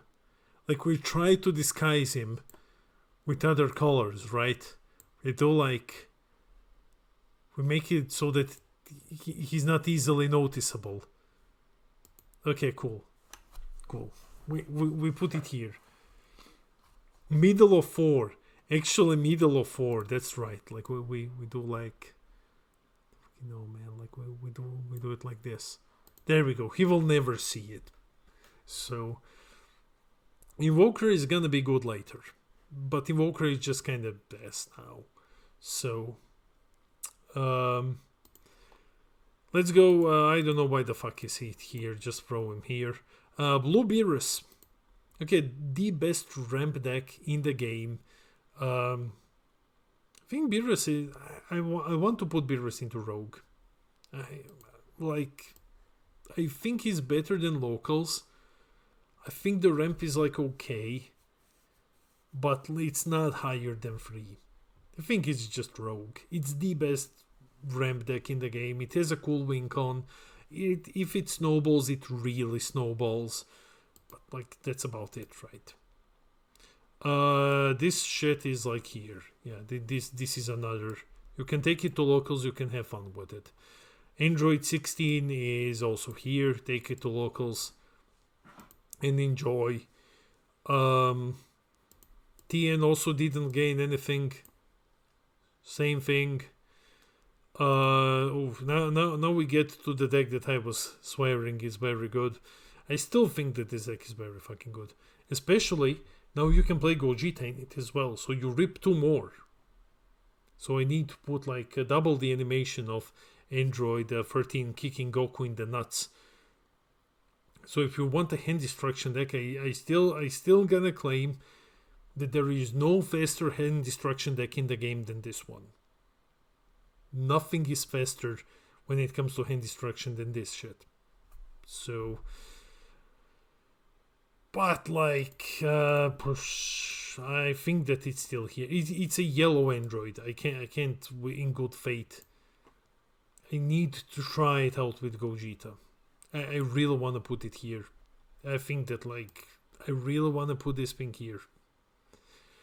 So, Topo is... I mean, it's Topo, right? And this deck doesn't do that much. Didn't get anything as far as I recall. It's just like the same old, same old. AOD. AOD got the... What did it get? The Bojack, right? AOD got Bojack Z Battle. Yes.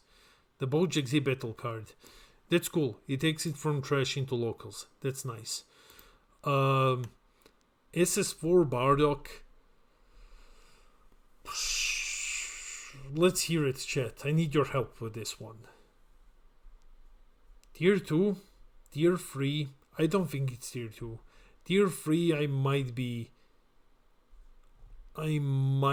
convinced that it's tier 3. 3, 2.5. Nah, it's not pilot skill dependent. It's not that pilot skill. But I think tier 3 we can put it there. Like, it's not a bad deck. It's outshined by a lot of others. Then we get to Cell. Cell is tier 1. Like, Cell is just tier 1. Like, it's the best green deck. It's great. Green has, what, 3 tier 1 decks. Like, Cell is fucking insane. This deck. Wow. I am surprised that this thing didn't get touched at all. I was sure that it was gonna get touched or something. So, because I've seen a lot of Bardock in region. Yeah, there were a lot of Bardocks. There are a lot of them at regionals. They just don't top. I think it's more because it's outshined by other black decks, basically. Green ruling the meta. 1, 2, 3, 4, 5 green decks in the first 2 tiers. Stores still have a ton of Cell Ultimate decks in stock.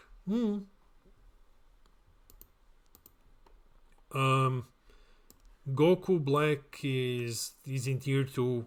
He's marginally better than he was before, so we can just put him here.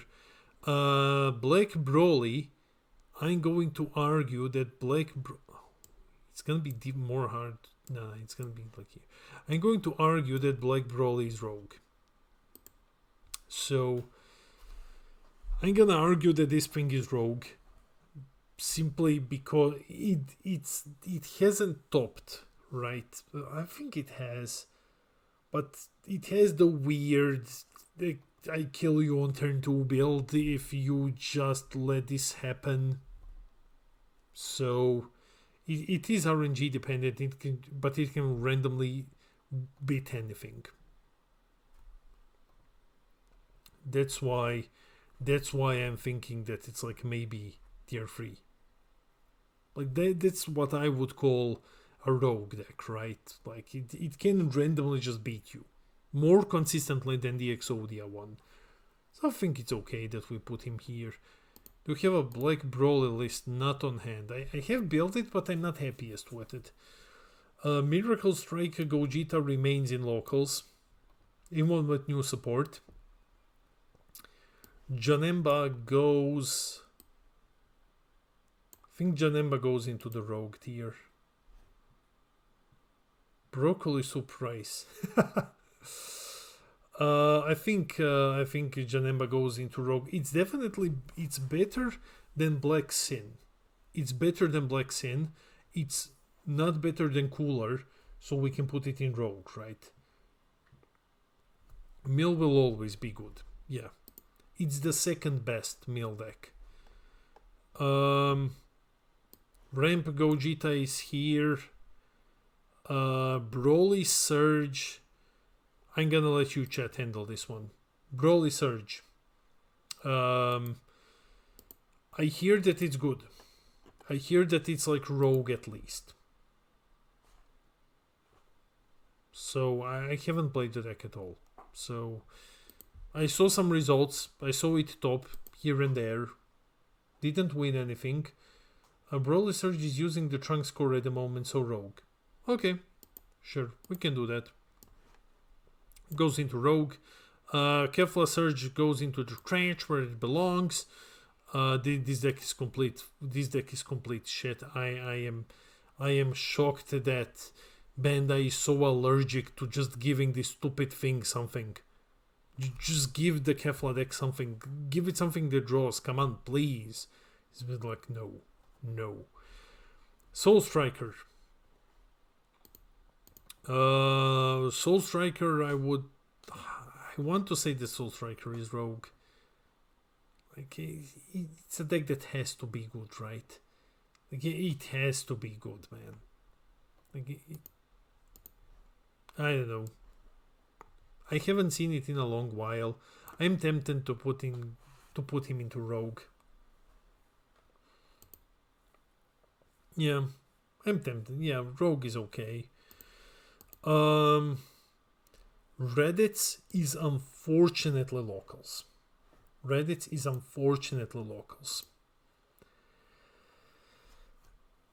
Bandai, well, there are two things why Reddit is locals. First off, black is everywhere, and second, consistency.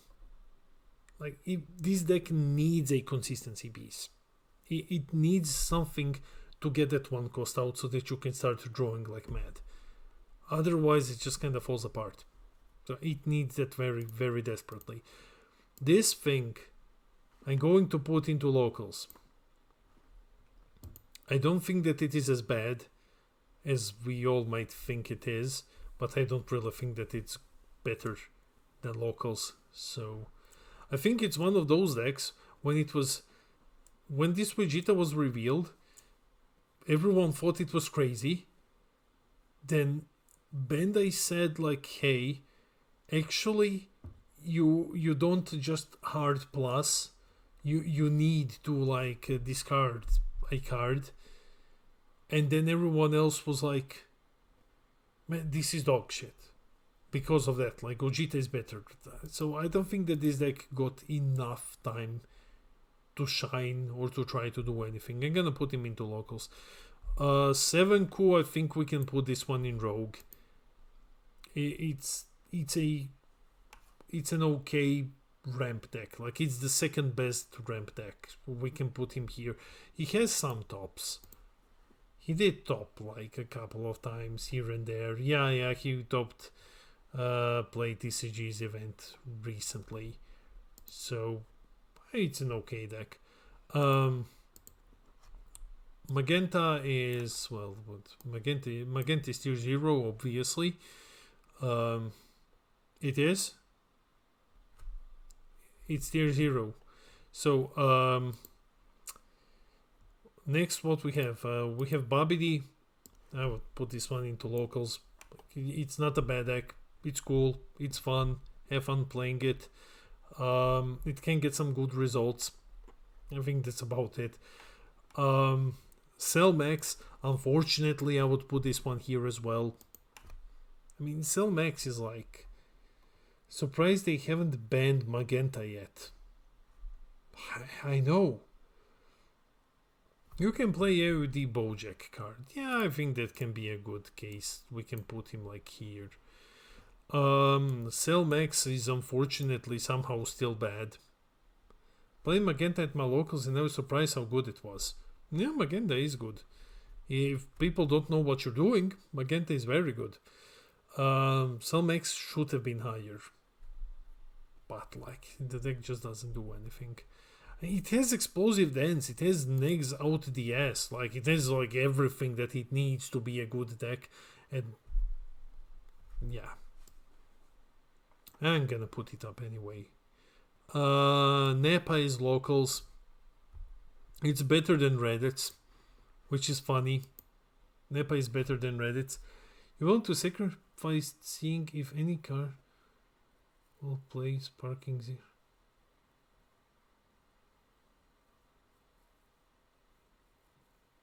No, I don't care as much about Sparking Zero, mate.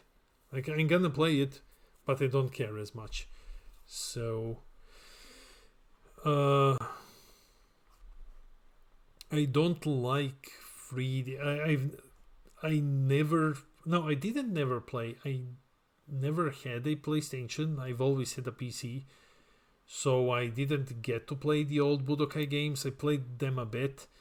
I'm not a huge fan of the 3D arena, 3D movement battlers. I prefer the 2D fighting games. That's why I'm not super sold on Sparking Zero. But I will play it. It looks fucking amazing. Oceanus. Now comes the best Shadow Dragon. The best one. Oceanus goes into tier 1.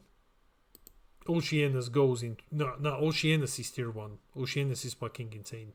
It's the best yellow deck in the game at the moment. This thing is so stupid.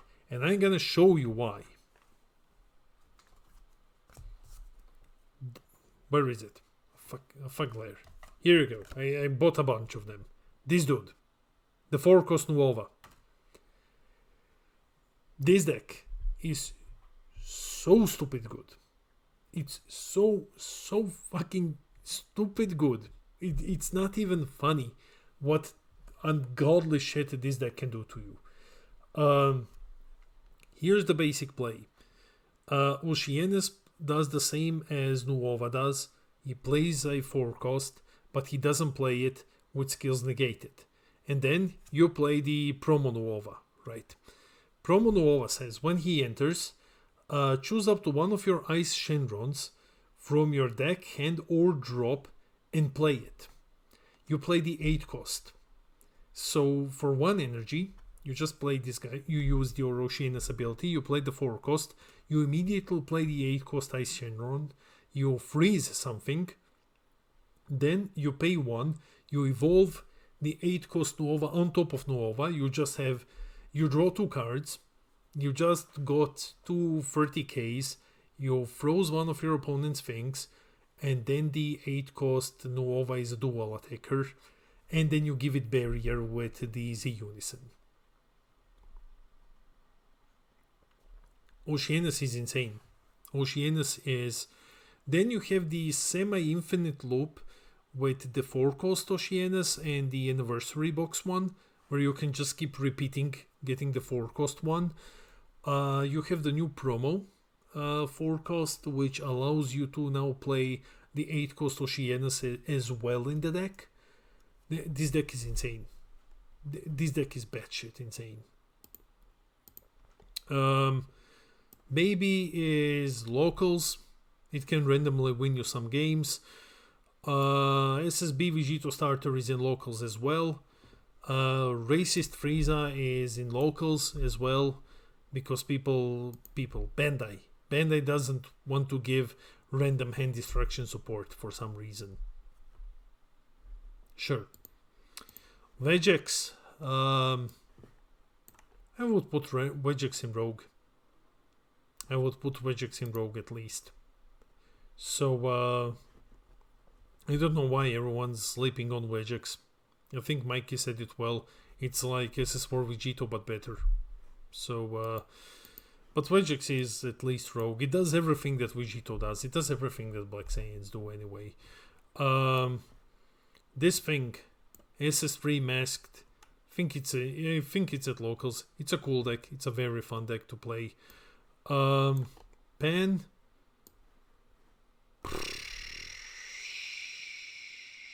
Where do we put Pan? 2 or 3? Let me see what the chat says. I know it's your deck. Oh wow, you think it's tier 5? Oh man. So, Pan, 2 or 3? Think 2? Think we can put Pan at 2. Think Pan has a... This is without anniversary box. Without the any box support. I think it might even be free. Let me check the results very quickly. 1 sec. Pan. Really? Nah, there was, yeah. Okay. That's 1. And this was 3 pans topped through the entirety of the BT24 meta. That's crazy. It's like the same 3 people topping with it. Yeah. No, I think it's still good. Trunks is in locals. Goting starter is in locals as well. Apeku goes up. I think Apeku goes into competitive. I am not sure whether Apeku is 2 or 1. I don't think that he's as strong as Oceanus is, but I think that Apeku is like 2. I mean, it has the new promo now that can help you go very, very aggressive. So that's a cool thing. It's always been a good deck. It runs the majority of the good yellow Saiyan things in it. So I think it's gonna start shining a bit more now. If you don't want to run Oceanus, then you just immediately default to Apeku or Sen, depending on your playstyle. The Gohan, the starter Gohan, has graduated from actual trash to locals, thanks to the power of the newest promo. Majin Vegeta without anniversary box support. I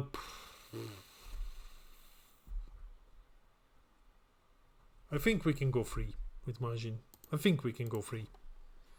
If Spirit Bomb is in free, then so is Majin Vegeta too. Like, these decks are, in my opinion, like super close. So I don't think that either one is gonna see any play. But I think that they're rogue at least. Majin will see play after the any box, of course. Let me just deal with the easier ones. Announcer is in locals. King Vegeta is in locals. And now we get to the 3 other ones. SSB Vegito. Oh, this deck is so fucking good. This deck is really good. I am a bit sad that he didn't get any extra support in the anniversary box.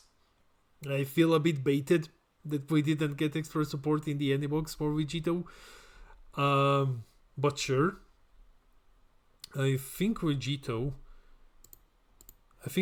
is rogue. With everything that this deck has, I think this deck is a rogue deck now. Vegito is probably free 2.5 finisher. It reaches studio to barrier. Yeah, but I think that Vegito is definitely just a rogue deck now. And that's a massive upgrade. Like last tier list, I wouldn't tell you to even play this on locals. I think I placed it in locals, but like it was not a good deck. Now it's very, very, very good. The weird Broly one, which topped once, the promo, the one that just keeps redrawing the entire hand over and over again. I think we can put that one into locals.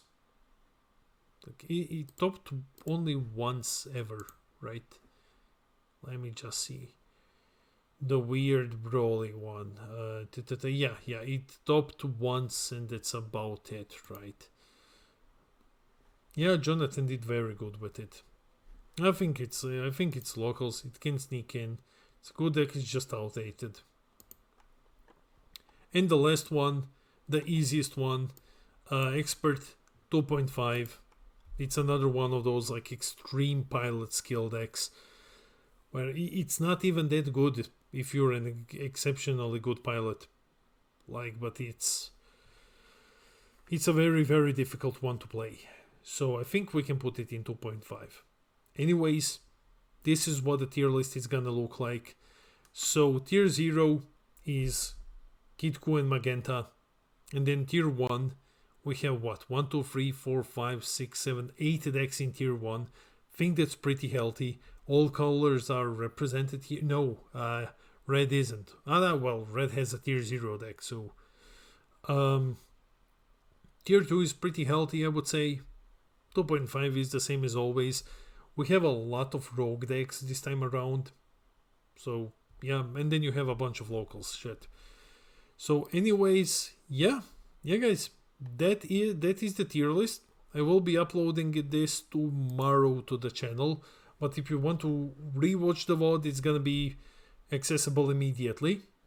And now I'm gonna go back to some coding. So thank you everyone for joining me today, and for guiding me through 170 something leaders.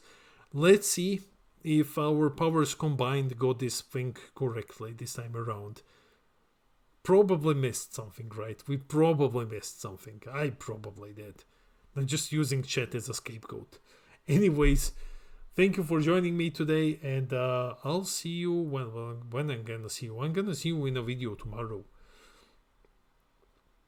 Yes, Magenta is tier 0. What do you mean? Oh yeah, oh shit, you're right. Oh my god. Yes. Now everything is good with the world. Thank you. So anyway, thank you guys for joining me, and I'll catch you in the next one.